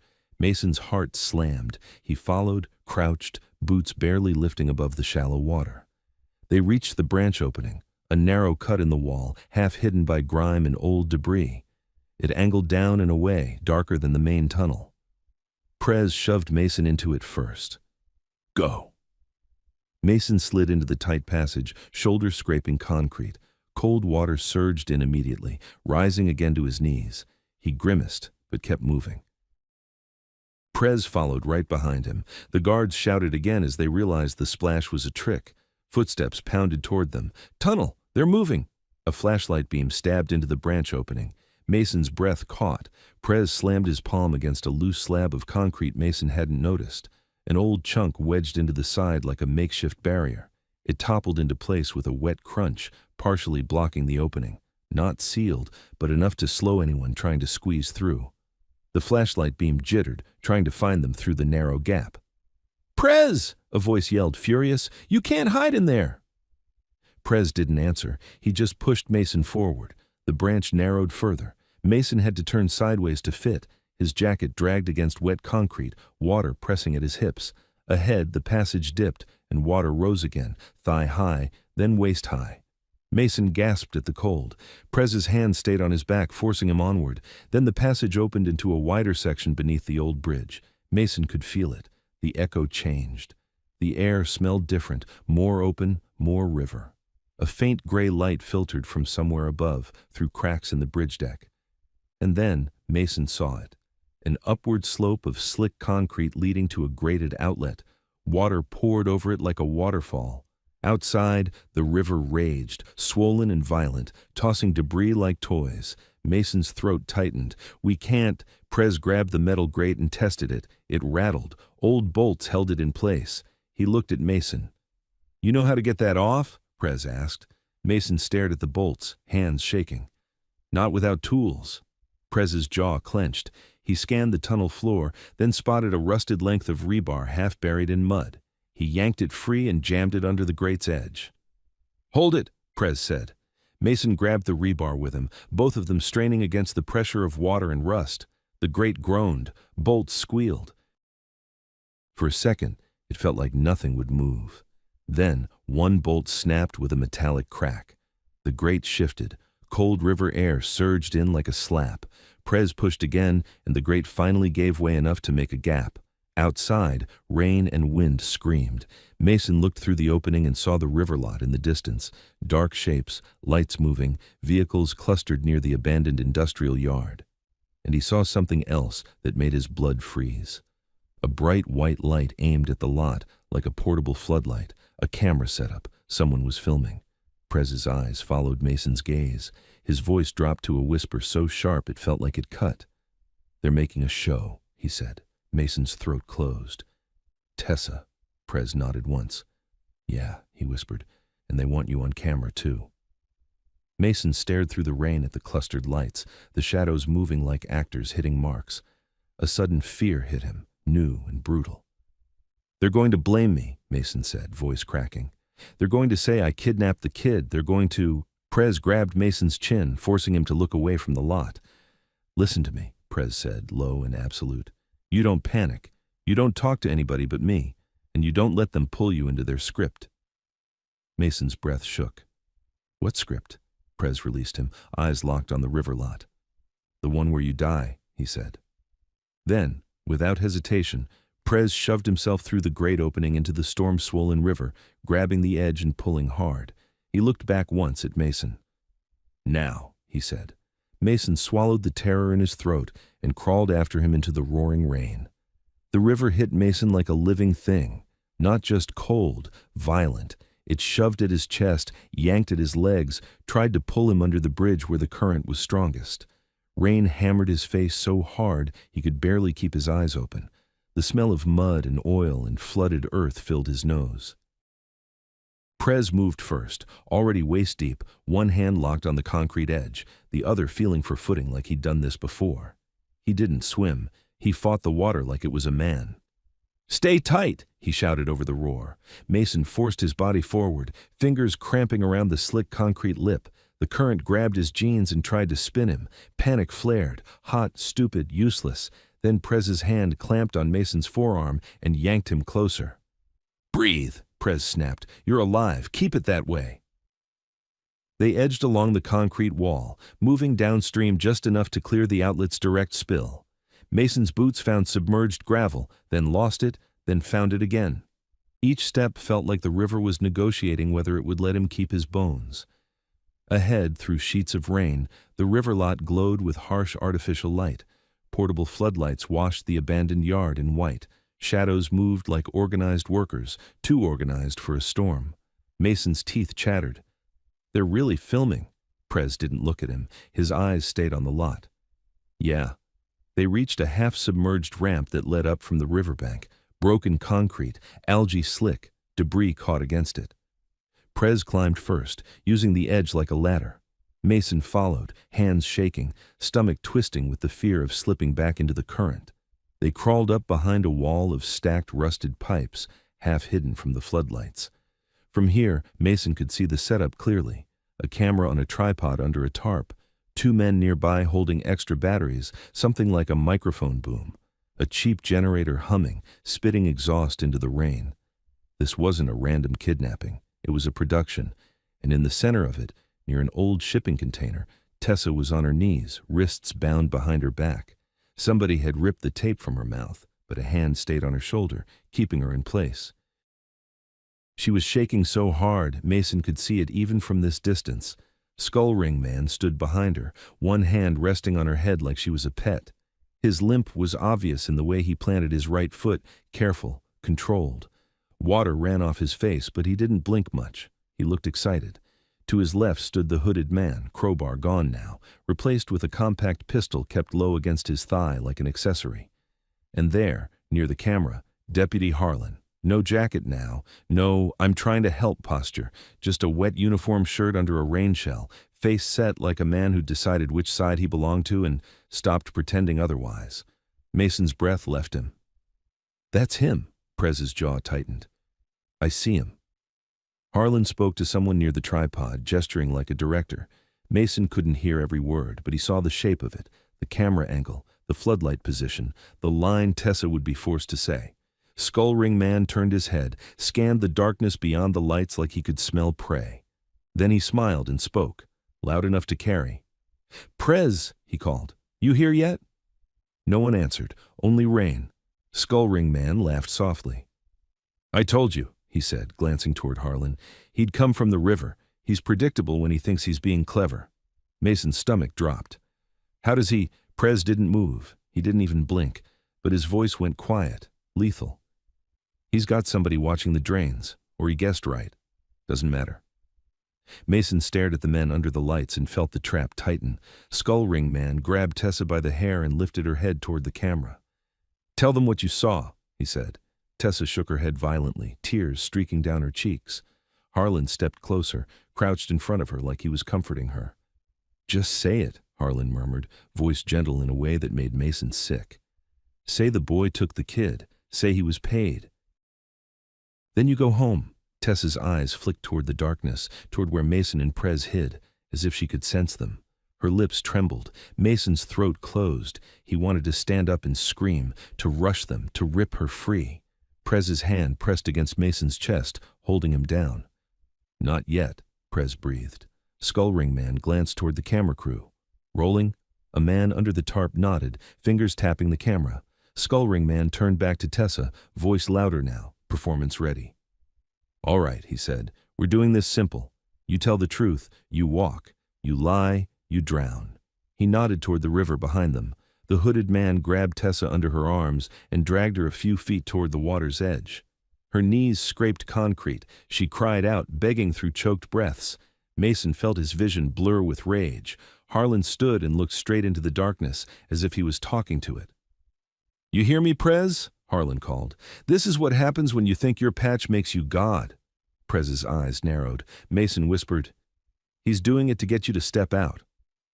Prez didn't answer. His gaze locked on Harlan like Harlan was the real target. Skull Ring Man lifted one hand, palm up, like inviting applause. "Bring him out," he said, speaking to the darkness. "Prez steps into the light and she lives. Prez hides and she becomes a lesson." Then he added, voice sweet, "And I want the kid too. Mason, the little hero. He comes out with Prez." Mason's stomach flipped. "He knows my name." Prez's voice dropped colder. "Yeah." Mason's heart hammered. "How?" Prez's eyes stayed on Harlan. "Because Harlan listened at the diner, heard everything. He knows you. He knows your mom. He knows where to find your school records, your file, your name. That's what cops do." Mason's throat burned. Under the tarp, the camera operator adjusted focus. Harlan raised his voice again. "We can end this right now. Come out. Hand over the boy. Hand over your patch." "And nobody else gets hurt," Tessa sobbed, shaking her head, pleading silently. The hooded man shoved her closer to the water. The river surged below like it was hungry. Mason couldn't take it. He shifted, about to rise. Prez grabbed the back of his jacket and yanked him down hard, breath hot with fury. "You pop up," Prez hissed, "and they shoot you first. That's their script." Mason's eyes burned. "Then what do we do?" Prez looked at the shipping container behind the camera setup. Its doors were cracked open, just a little. Inside, darkness. He spoke without taking his eyes off it. "That container. That's where they'll stash her if you give them what they want, or where they'll cut her if you don't." Mason swallowed. "How do you know?" Prez's gaze flicked to the generator cable running into it. "Power goes somewhere." Mason's stomach dropped again. Skull Ring Man clapped his hands once, loud. 30 seconds, he announced. Then we wash her away. Harlan checked his watch like he enjoyed pretending time belonged to him. Prez, Harlan called, you love your kid so much, show it. Come out and prove you're not a coward. Prez's expression didn't change, but Mason felt him make a decision.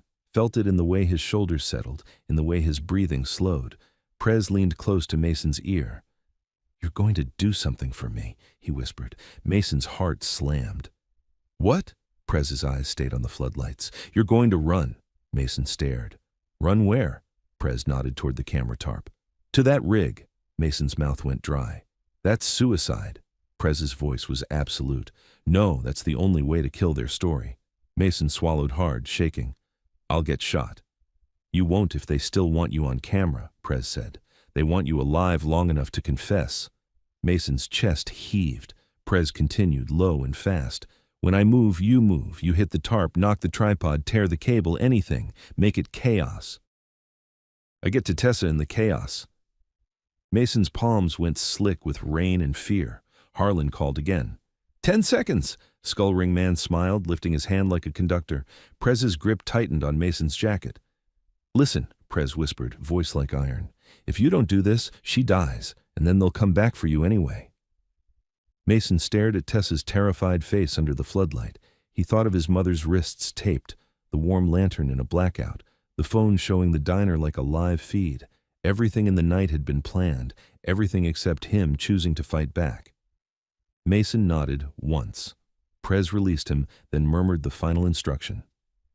When I step into the light, Prez said, you run like you're trying to escape. Mason's breath shook. Okay. Skullring Man lifted his hand higher.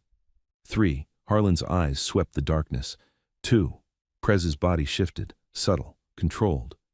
1. Prez stepped out from behind the pipes into the floodlight's edge, hands slightly raised, moving into the open like he was surrendering. And the instant every eye snapped to him, Mason exploded from cover, sprinting straight toward the camera tarp, rain and fear in his throat, the floodlight blinding his vision. Harlan shouted, "There!" And someone raised a gun. Mason ran like the ground was trying to kill him. The floodlight made everything too bright and too flat. No shadows to hide in, no depth to judge distance. Rain hit his eyes and turned the world into streaks. He could hear boots splashing behind him, men shouting, a generator chugging like it didn't care whose life it powered. "There!" Harlan screamed. A gun came up. Mason didn't think. He moved. He cut hard left at the last second, throwing his body into the tarp frame instead of straight at the camera. The metal pole snapped loose with a wet screech, and the tarp collapsed over him like a heavy curtain. A shot cracked. It didn't hit him. It hit the tripod. The camera jerked, spun, then slammed into the concrete with a crunch that sounded like bones. Mason kept moving under the tarp, hands clawing blindly. He found a thick cable, generator line, and ripped it with both hands until the connection tore loose. The floodlight stuttered, once, twice, then it died. Darkness rushed back in like a wave, swallowing the yard. In the sudden black, men cursed. Someone stumbled into Mason. A shoulder slammed his ribs. Mason dropped to one knee, gasping, then shoved up and kept crawling, trying to get out from under the tarp. Another shot fired, blind now. The bullet whined off metal somewhere near the container. Tessa screamed. Mason's heart punched his lungs. He twisted toward the sound, saw her silhouette near the river edge, still bound, still held. Then a new sound tore through the chaos, an engine revving hard, close, furious. A bike roared into the yard from the dark side, headlight off, only the red glow of its taillight catching rain. It cut between men like a knife. Road captain. He'd gotten here, and he didn't come alone. 2 more bikes followed, engines snarling, tires throwing water. Shadows in leather moved with purpose, not panic. Men scattered. Harlan shouted something. Orders, maybe, but his voice wasn't in charge anymore. It was just noise in the dark. Mason shoved free of the tarp, coughing, drenched, and for a moment he couldn't see anything. Then a lighter clicked. A small flame flared. Skullring Man had lit a cigarette in the middle of the storm like he was proving he could. The flame illuminated his grin. He stood beside Tessa, one hand tangled in her hair, the other holding his phone up like it was still recording, even though the camera was dead. "Cute," he called into the darkness. "You really think breaking the camera breaks the story?" Prez's voice came from the darkness, closer now, controlled and lethal. It breaks your leverage. Skullring Man turned his head, searching. Where are you, Atlas's daddy? Mason's skin prickled. Prez had moved while everyone watched Mason. He'd used the blackout exactly like he said. Harlan's voice snapped from somewhere near the container. Light him up! Light him up! A flashlight beam swung wildly, then another, then another. 3 beams stabbing through rain, bouncing off moving bodies. One beam caught Mason's face for half a second. Mason! Someone shouted. Mason flinched, tried to duck. A hand grabbed his hood and yanked him backward into darkness. Mason nearly swung. Then he heard the voice in his ear, rough and urgent. Shut up, Road Captain hissed. Stay low. Road Captain shoved Mason behind a stack of pallets, using his body to block sight lines. He was breathing hard, rain streaming off his beard. You okay? Road Captain asked. Mason nodded, chest tight. Tessa, I know, Road Captain snapped. Prez is on her. Across the yard, a beam caught movement, Prez's silhouette closing in low and fast, using junk piles and rusted equipment as cover. He was heading straight for Tessa and Skullring Man. Skullring Man saw it too. He jerked Tessa up by her bound arms and dragged her backward toward the river edge. Back! He shouted to his people. Back to the water! The hooded man moved with him, pistol up now, scanning for Prez. Harlan appeared near the container doors, flashlight in hand, face twisted with rage. This was supposed to be clean, he screamed, as if anyone cared. Then Harlan's light hit Prez's chest for a split second, and the hooded man fired. The shot punched through the rain. Mason's breath stopped. Prez didn't go down. He ducked behind a rusted barrel as the bullet sparked off metal. Another shot followed, closer. Road Captain swore and tried to move, but 2 rival men rushed in from the side, one swinging a pipe, the other trying to grab him. Road Captain fought like a machine, one elbow, then a headbutt, then a boot to the knee. The man with the pipe dropped with a scream. Mason stared, frozen. Move, Road Captain barked at him. Mason forced his legs to work. He crawled along the pallets, trying to get a clear line of sight on Tessa.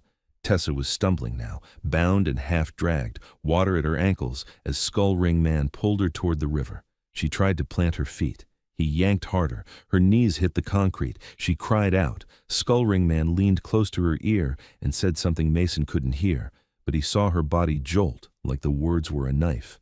Then the hooded man turned his pistol toward the darkness where Prez was hiding. Come out, the hooded man called, or she goes in. Harlan moved closer too, wet face gleaming under a flashlight beam, voice shaking with adrenaline. Do it! Harlan shouted. Put him down! Skullring Man laughed. See, even the deputy wants blood tonight. Mason's mind raced. The storm, the river, the bound woman, the guns, the bikes. And then Mason noticed something that didn't belong. Near the river edge, half hidden by a pile of scrap, sat a metal winch bolted into the concrete, old industrial equipment used once to haul containers or boats. Its cable ran toward the waterline, slack and dirty. A cable, a hook, a thing that could pull. Mason's hands trembled. He looked toward Road Captain, but Road Captain was locked up fighting 2 men at once now, boots and fists and curses in the rain. Prez was pinned behind cover by the pistol. Tessa was seconds from the water. And Mason was the only person close enough to touch that winch without being seen. He swallowed hard and slid out from behind the pallets, staying low. Rain masked his movement, shouts masked his breathing. He crawled to the winch, fingers searching the mechanism. The handle was rusted but not seized. He gripped it, tested it. It moved, slow, heavy, but it moved. The cable ran out toward the river edge where Skullring Man had dragged Tessa. Mason followed the cable with his eyes. The hook at the end wasn't attached to her. It was attached to something else. An old ring anchored in the concrete just a few feet behind, where Skullring Man stood, like someone had once secured cargo there. If Mason cranked the winch, it would pull that ring, and anything tied to it. Mason's breath caught. The ring was connected to a thick chain that ran under a sheet of scrap metal, like a makeshift platform, a platform that sat right behind Skullring Man and Tessa. Mason understood in a flash. If he pulled the chain tight, the scrap platform could shift, could slide, could yank legs out from under whoever was standing on it. Not guaranteed, not clean, but it was something. Mason looked toward the river. The current was vicious. If Tessa went inbound, she'd be gone. He tightened his grip on the winch handle, and started cranking. Metal groaned softly, almost lost under storm. The cable tightened. The chain clinked. Skullring Man didn't notice at first. Harlan didn't notice. The hooded man didn't notice. He was too busy aiming into darkness, waiting for Prez to show himself. Mason cranked faster, shoulders burning, palms slipping. The chain went taut. The scrap platform shifted a fraction, then another fraction. Skullring Man's boot slid unexpectedly. He glanced down, annoyed. And in that moment, Prez exploded from cover, sprinting straight at them through the rain. The hooded man fired, but his shot went wide because the platform jerked again under his feet. Skullring Man stumbled, losing balance. Tessa fell sideways, still bound, hitting the concrete hard. Mason cranked with everything he had. The platform lurched. Skullring Man went down on one knee, cursing. The hooded man staggered, caught himself, then swung the pistol toward Mason's direction, eyes narrowing like he'd finally sensed the thread being pulled. "Over there!" he shouted. Mason's blood turned to ice. He let go of the winch and ran. A shot cracked behind him. A bullet tore through the rain near his shoulder and slammed into metal with a scream. Mason dove behind a rusted drum, heart punching his ribs. And then, through the chaos, he heard Prez's voice, close, furious, alive. "Get her up!" Tessa's sob broke free, loud and real. Mason peeked out and saw Prez at her side, cutting at her bindings with something in his hand, while Road Captain's riders surged in, pushing rivals back. Skullring Man scrambled to his feet, eyes wild now, no longer amused. He backed toward the container, limping harder, shouting at Harlan. "Where's my exit?" Harlan's face twisted. "We don't have one. The bikes." Skullring Man grabbed Harlan by the collar, yanking him close. "You promised me control," he snarled. "You promised me cameras, confession, and a clean kill." Harlan's eyes were frantic. It went wrong. Skullring Man shoved him away like trash. Then his gaze snapped toward Mason's hiding spot. He saw Mason's eyes for a split second in the lightning flash. And he smiled again, small and vicious, because even in failure, he'd found something he wanted. Mason's stomach dropped, because Skullring Man didn't run. He lifted his phone, aimed it at Mason's face through the rain, and said softly, loud enough for Mason to hear across the yard, "Got you." Then the generator coughed back to life somewhere. Another unit, backup, floodlights flickering on again. And Mason realized the worst part. The camera might be broken. But the story was still recording. The floodlights flickered, sputtered, then locked into a steady, cruel white that made the rain look like falling glass. Mason squinted, half blind again. His breath came in ragged bursts. The rusted drum he hid behind vibrated as engines revved, and men shouted. Skullring Man stood near the container doors, phone held up like a weapon. Its screen glowed even in the floodlight, front camera pointed at Mason's face, catching every wet, terrified detail. "Got you," he'd said. Like capturing Mason mattered more than escaping. Prez was crouched over Tessa, knife hand moving fast, sawing through tape and zip ties. Tessa sobbed and shook, trying to hold herself together while the yard exploded around her. Road Captain's riders formed a rough wall, pushing rival men back from the center. Fights broke out in pockets, grunts, punches, boots slipping on wet concrete. Harlan, soaked and pale, scrambled backward from Skullring Man like he'd finally realized he'd signed up for a monster that didn't honor deals. Skullring Man's eyes tracked Mason with a calm hunger. He turned slightly toward the floodlight and spoke, projecting his voice like he was on stage. "Look at him," he called, pointing the phone toward Mason again. "Our hero, the poor kid who found the president's son." Mason's stomach twisted. He understood now. The recording wasn't for fun. It was for leverage. If they could pin a confession on Mason, the story could survive any failed ambush. Harlan barked, "Shut up and move, we need to go." Skullring Man cut him off without even looking. "We're not leaving without the ending." He gestured with the phone toward the container. The hooded man, pistol in hand, moved that way, staying low, scanning for Prez. He was bleeding from somewhere near his scalp, a dark line mixing with rain, but his hands stayed steady. Prez got Tessa's wrists free. "Can you run?" Prez asked her, voice low and sharp. Tessa nodded frantically, gagging on sobs. "Yes." Prez grabbed her under the arm and hauled her up. Road Captain stepped in immediately, putting his body between her and the gunfire. "Take her," Prez told him. Road Captain didn't ask questions. He pulled Tessa behind the line of bikes toward cover near a stack of pipes. Mason exhaled a shaky breath, relief punching through fear. Then the hooded man saw the movement and raised the pistol. He aimed not at Prez, at Tessa. Mason's blood turned to ice. "No!" The shot cracked, but it didn't hit her. Because Road Captain shoved her down and took the bullet in the shoulder instead, stumbling with a grunt that got swallowed by the storm. His riders surged, dragging him back. Tessa screamed. Prez's head snapped toward the shooter, and something in him detached, like the last thread of restraint snapped. He moved, not charging blindly, sliding through cover, closing distance with the hooded man in angles and bursts. A man built for violence doing violence like it was math. Skullring Man watched it, smiling, then lifted his phone higher, narrating. "That's it," he called. "Show the world who you are." The hooded man fired again at Prez. Prez ducked behind a metal pallet. Sparks flew. The bullet ricocheted with a shriek. Mason pressed his back to the drum, shaking. He could see the yard clearly now, could see how this was splitting into two battles. One battle for bodies, one battle for the story, and Skullring Man was fighting the second one harder than the first.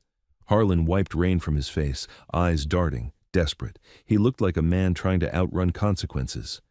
He saw Mason. His expression shifted. Not rage, calculation. Harlan pointed at Mason and shouted to the hooded man, "Get the boy! We need the boy!" Skullring Man's eyes gleamed.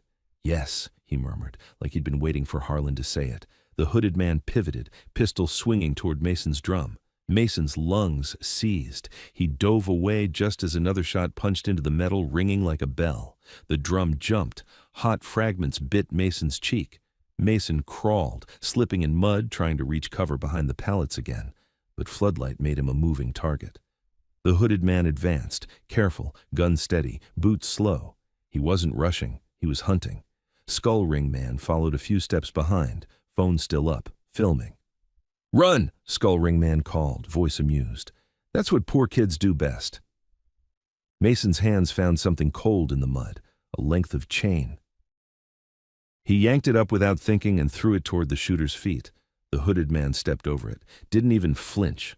Mason's heart slammed. Then a new sound cut through the yard, sharp and deep. A motorcycle horn, not random, a signal. Mason looked toward the entrance of the lot.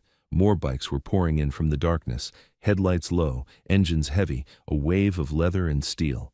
Not 7, not 10, a lot. The club had arrived in force. The rivals hesitated. For the first time all night, uncertainty spread across their faces like frost. Road Captain, clutching his bleeding shoulder, barked through pain, "Lock it down!" Prez didn't look back. He kept moving toward the hooded man, closing in. Skullring Man's smile faltered as he realized the crowd was tilting against him. Harlan saw it too. Panic finally broke through his mask. "We're out!" Harlan snapped at Skullring Man. "We're out!" Skullring Man's eyes stayed on Mason, phone still recording. "Not yet." Harlan grabbed his arm. "Now!" Skullring Man turned slowly toward Harlan, and the warmth vanished from his face. "You're not in charge of me," he said softly. Harlan swallowed. "I'm trying to save your—" Skullring Man hit him, not a punch, an abrupt, vicious slap that sounded loud even through rain. Harlan staggered, eyes wide, humiliated and shocked. The hooded man's head flicked back, distracted for half a second. Prez used that half second. He surged out of cover and slammed into the hooded man with a shoulder that took the pistol arm offline. The gun fired once into the air, useless. Prez grabbed the hooded man's wrist and twisted. Bone popped. The pistol fell into the mud. The hooded man grunted, tried to swing with his free hand. Prez drove his elbow into the man's throat and dropped him hard. The hooded man hit the ground and didn't get back up. Mason's breath caught, stunned by the speed. But Skullring Man wasn't. He backed toward the shipping container, limping harder now. Phone still up, still filming, still smiling like he'd planned for every outcome. He reached the container doors, yanked one open wider. Inside, a dim light glowed. Power from the generator cable, a cramped space. And there, Mason saw something that made his stomach drop through the concrete. A toddler car seat, empty, a small jacket on the floor, Atlas's toy motorcycle, another one, identical, a prop. Skullring Man had built a set to make it look like Atlas had been taken again, even if he hadn't. To make the club look weak, to make Prez look desperate. Prez saw it too. His eyes went dead flat. Skullring Man held up his phone, rain dripping off it. "You can kill me," he said, voice loud enough for everyone, for every arriving bike, for every shaking witness. "But you can't kill the video." He tilted the phone toward Prez like a dare. "The world's gonna see your boy's dad, the big bad president, lose control." Harlan, bleeding from the mouth where the slap split his lip, backed away into the rain, looking for an exit. Mason realized what Skullring Man was really doing. He wasn't trying to win the fight. He was trying to win the narrative. Prez stepped forward slowly, eyes locked on that phone. Skullring Man smiled wider. "Come on," he whispered. "Give them the ending." And in the harsh floodlight, with the storm screaming overhead, Prez lifted his hand, not to strike Skullring Man, to point straight at Harlan. "Take him," Prez said, voice calm as a grave. Every biker's head turned. Harlan froze. Mason stared, confused. Until he saw it. Harlan's pocket.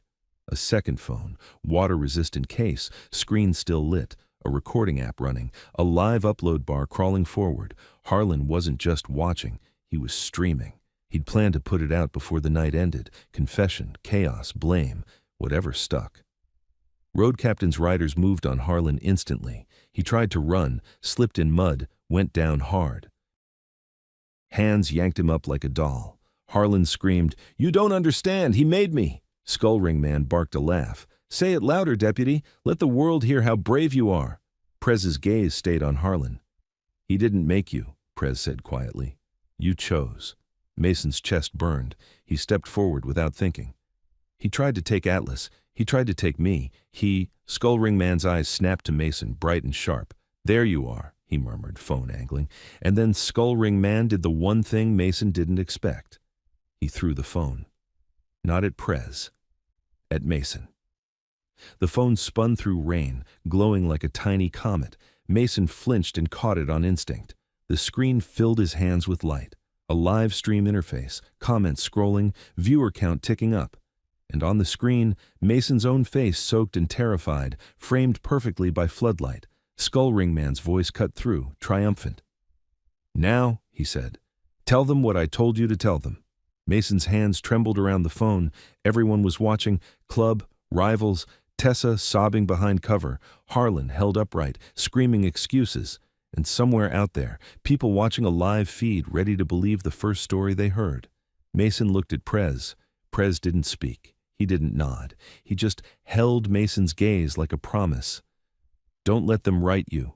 Mason's throat tightened. He raised the phone slightly, staring into the front camera like it was an eye. And he made his choice. He started to speak, clear, loud, and not the script they wanted, just as a sharp click sounded behind him, close. Metal on metal, a gun being cocked. Mason's blood turned to ice. Because in the storm and chaos someone had gotten behind him. The click behind Mason wasn't loud. It didn't need to be. It cut through the rain and the shouting like a blade sliding out of a sheath. Mason froze with the phone still in his hands, the live stream still running, comments still racing up the screen. His own face stared back at him from the front camera, wide-eyed, shaking, trapped in a frame someone else had built. Skullring Man smiled like he'd finally reached the moment he wanted. "Go on," he whispered. "Say it." Mason didn't turn. He couldn't. Every nerve in his body screamed that if he moved wrong, the gun behind him would fire, and his story would end right here in the mud. Prez's eyes locked onto something just past Mason's shoulder. His voice was calm. Too calm. "Don't," Prez said. The man behind Mason chuckled softly. "Tell your boys to back off," the voice said, "or I drop the kid on camera." Mason recognized it immediately. Deputy Harlan. He'd slipped free in the chaos, long enough to get behind Mason with a sidearm and a perfect angle. Harlan's breath was hot near Mason's ear. "You're going to do exactly what he says," he hissed. "You're going to confess you kidnapped the toddler. You're going to say Prez paid you, and then maybe you walk away." Mason swallowed, throat burning. "You're live too," he said, voice rough, staring into the phone like it was the only safe direction. "Everyone's watching you threaten a kid." Harlan's gun pressed closer. "They'll believe what I tell them to believe," Harlan snapped. "People always do." Skullring Man laughed once, pleased.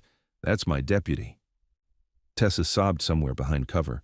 Road captain's men held their line, but they couldn't shoot without hitting Mason. Nobody moved. Even the rain felt like it paused. Mason's hands trembled around the phone. The comment feed exploded. Little hearts, angry caps, laughing emojis, faceless strangers picking a side in a fight they couldn't smell or feel.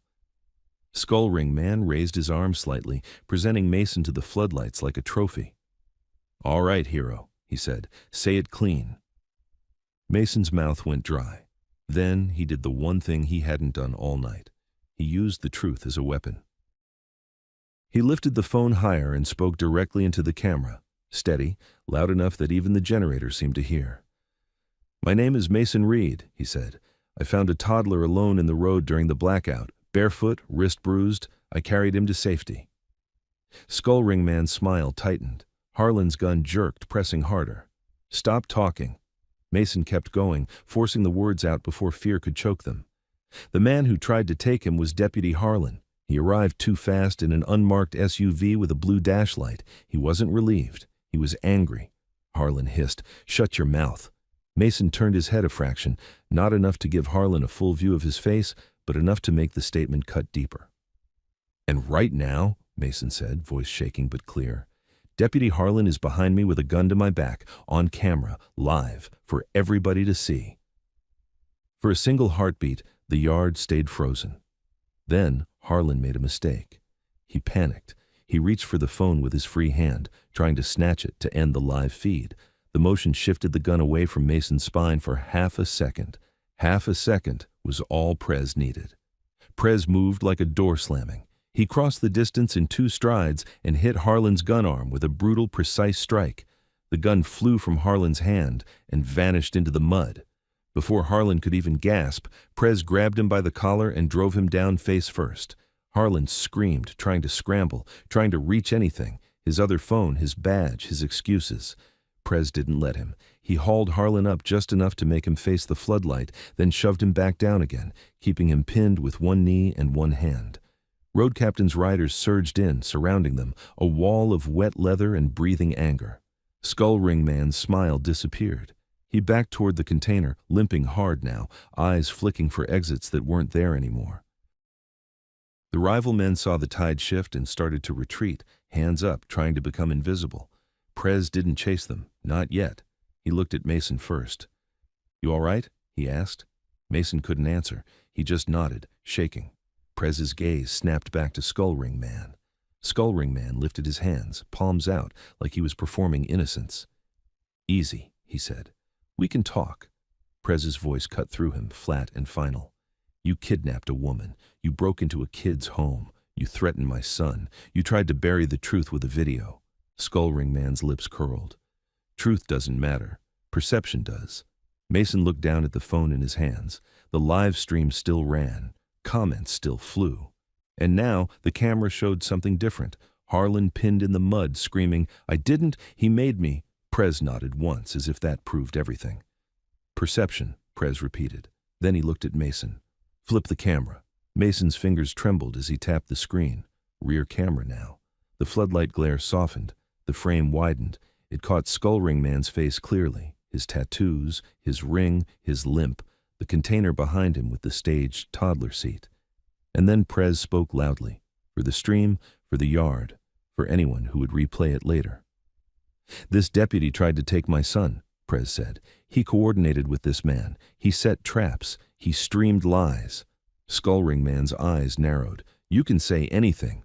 Prez's gaze dropped to Harlan. "Then let's ask him." Harlan thrashed, sobbing now, face smeared with mud and rain.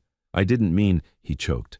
He said, Skullring Man snapped, "Shut up!" Road Captain's hand clamped over Harlan's mouth, not to silence truth, just to stop him from vomiting lies. Prez leaned closer to Skullring Man, voice low, but carried by the dead quiet attention. "You came here to make a confession," Prez said. "You got one. Just not the one you planned." Skullring Man's eyes flicked to the arriving bikes, the tightening ring around him, the river behind him with nowhere to run. He made one last move. He lunged for the shipping container, trying to slam the doors, trying to buy cover. But he didn't get it. A biker grabbed him from behind and yanked him back hard enough his bad leg buckled. He hit the ground on his side with a grunt, rain splashing up around his face. Skull Ring Man spat mud and laughed anyway. "You think this ends because you caught me?" Prez didn't smile. He stepped to the container and kicked it open wider. Inside, the staged set was obvious now. Car seat, spare toy bike, a cheap light rig, a printed sheet with a script outline on a clipboard, weighted down by a wrench. A script. An actual script. Mason's stomach turned. Prez pointed at it for the stream.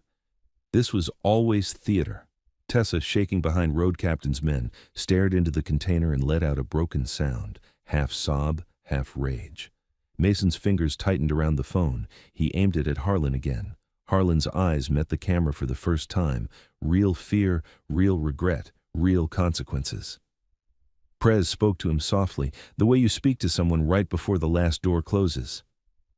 "You wanted the town to believe a poor kid did it," Prez said. "Because poor kids don't have lawyers. Because poor kids don't have power." He turned his head slightly toward Mason. "But this one walked my boy home in a storm." Mason's throat tightened. Prez stood and stepped away from Harlan, giving Road Captain's men room to haul him upright. "Call it in," Prez ordered. "State boys, internal, everybody. Let the footage go wherever it goes." Road Captain, pale from blood loss, nodded once. "Already done." Skull Ring Man's laugh died. For the first time, he looked uncertain, because the one thing he'd built the whole night around, control of the story, was gone. Mason lowered the phone slowly, hands shaking. The stream chat was still flying, but now it wasn't their narrative. It was evidence. Prez walked to Mason and took the phone gently, like he understood how heavy it felt. "You did good," Prez said. Mason's voice cracked. "They were going to kill her." Prez nodded once, eyes hard. "Yeah." Then, unexpectedly, Prez reached into his pocket and pulled out something small. Folded bills, thick. He offered them to Mason. Mason stared. "I can't take—" "You can," Prez said, "for your mom. Hospital, food, rent, whatever gets you out of that trailer." Mason swallowed, eyes burning. "I don't want to owe you." Prez held his gaze. "You don't." Mason hesitated, then took the money with shaking hands. Tessa stepped closer, wrapped in a rider's jacket. She looked at Mason like she couldn't believe he was still standing. "You saved me," she whispered. Mason shook his head weakly. "I just broke a camera." Tessa's eyes filled again. That was enough. Rain kept falling, but the yard felt different now, less like a trap, more like a scene after a storm when you realize the roof didn't collapse. Road Captain was being held upright, gritting his teeth as someone wrapped his shoulder. Harlan was dragged toward a truck, screaming, "You don't get to do this!" Skull Ring Man was hauled up next, limp worse now, face finally quiet. Prez watched them both go. Then he looked back at Mason one last time. "You want in?" Prez asked, not a joke.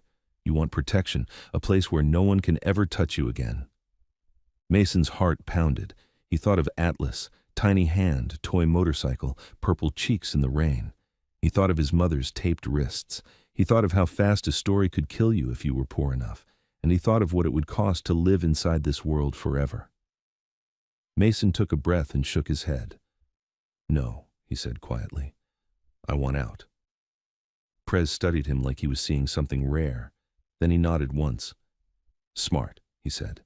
He stepped closer and lowered his voice. "Get your mom well. Finish school. Leave this town when you can." Mason's throat tightened.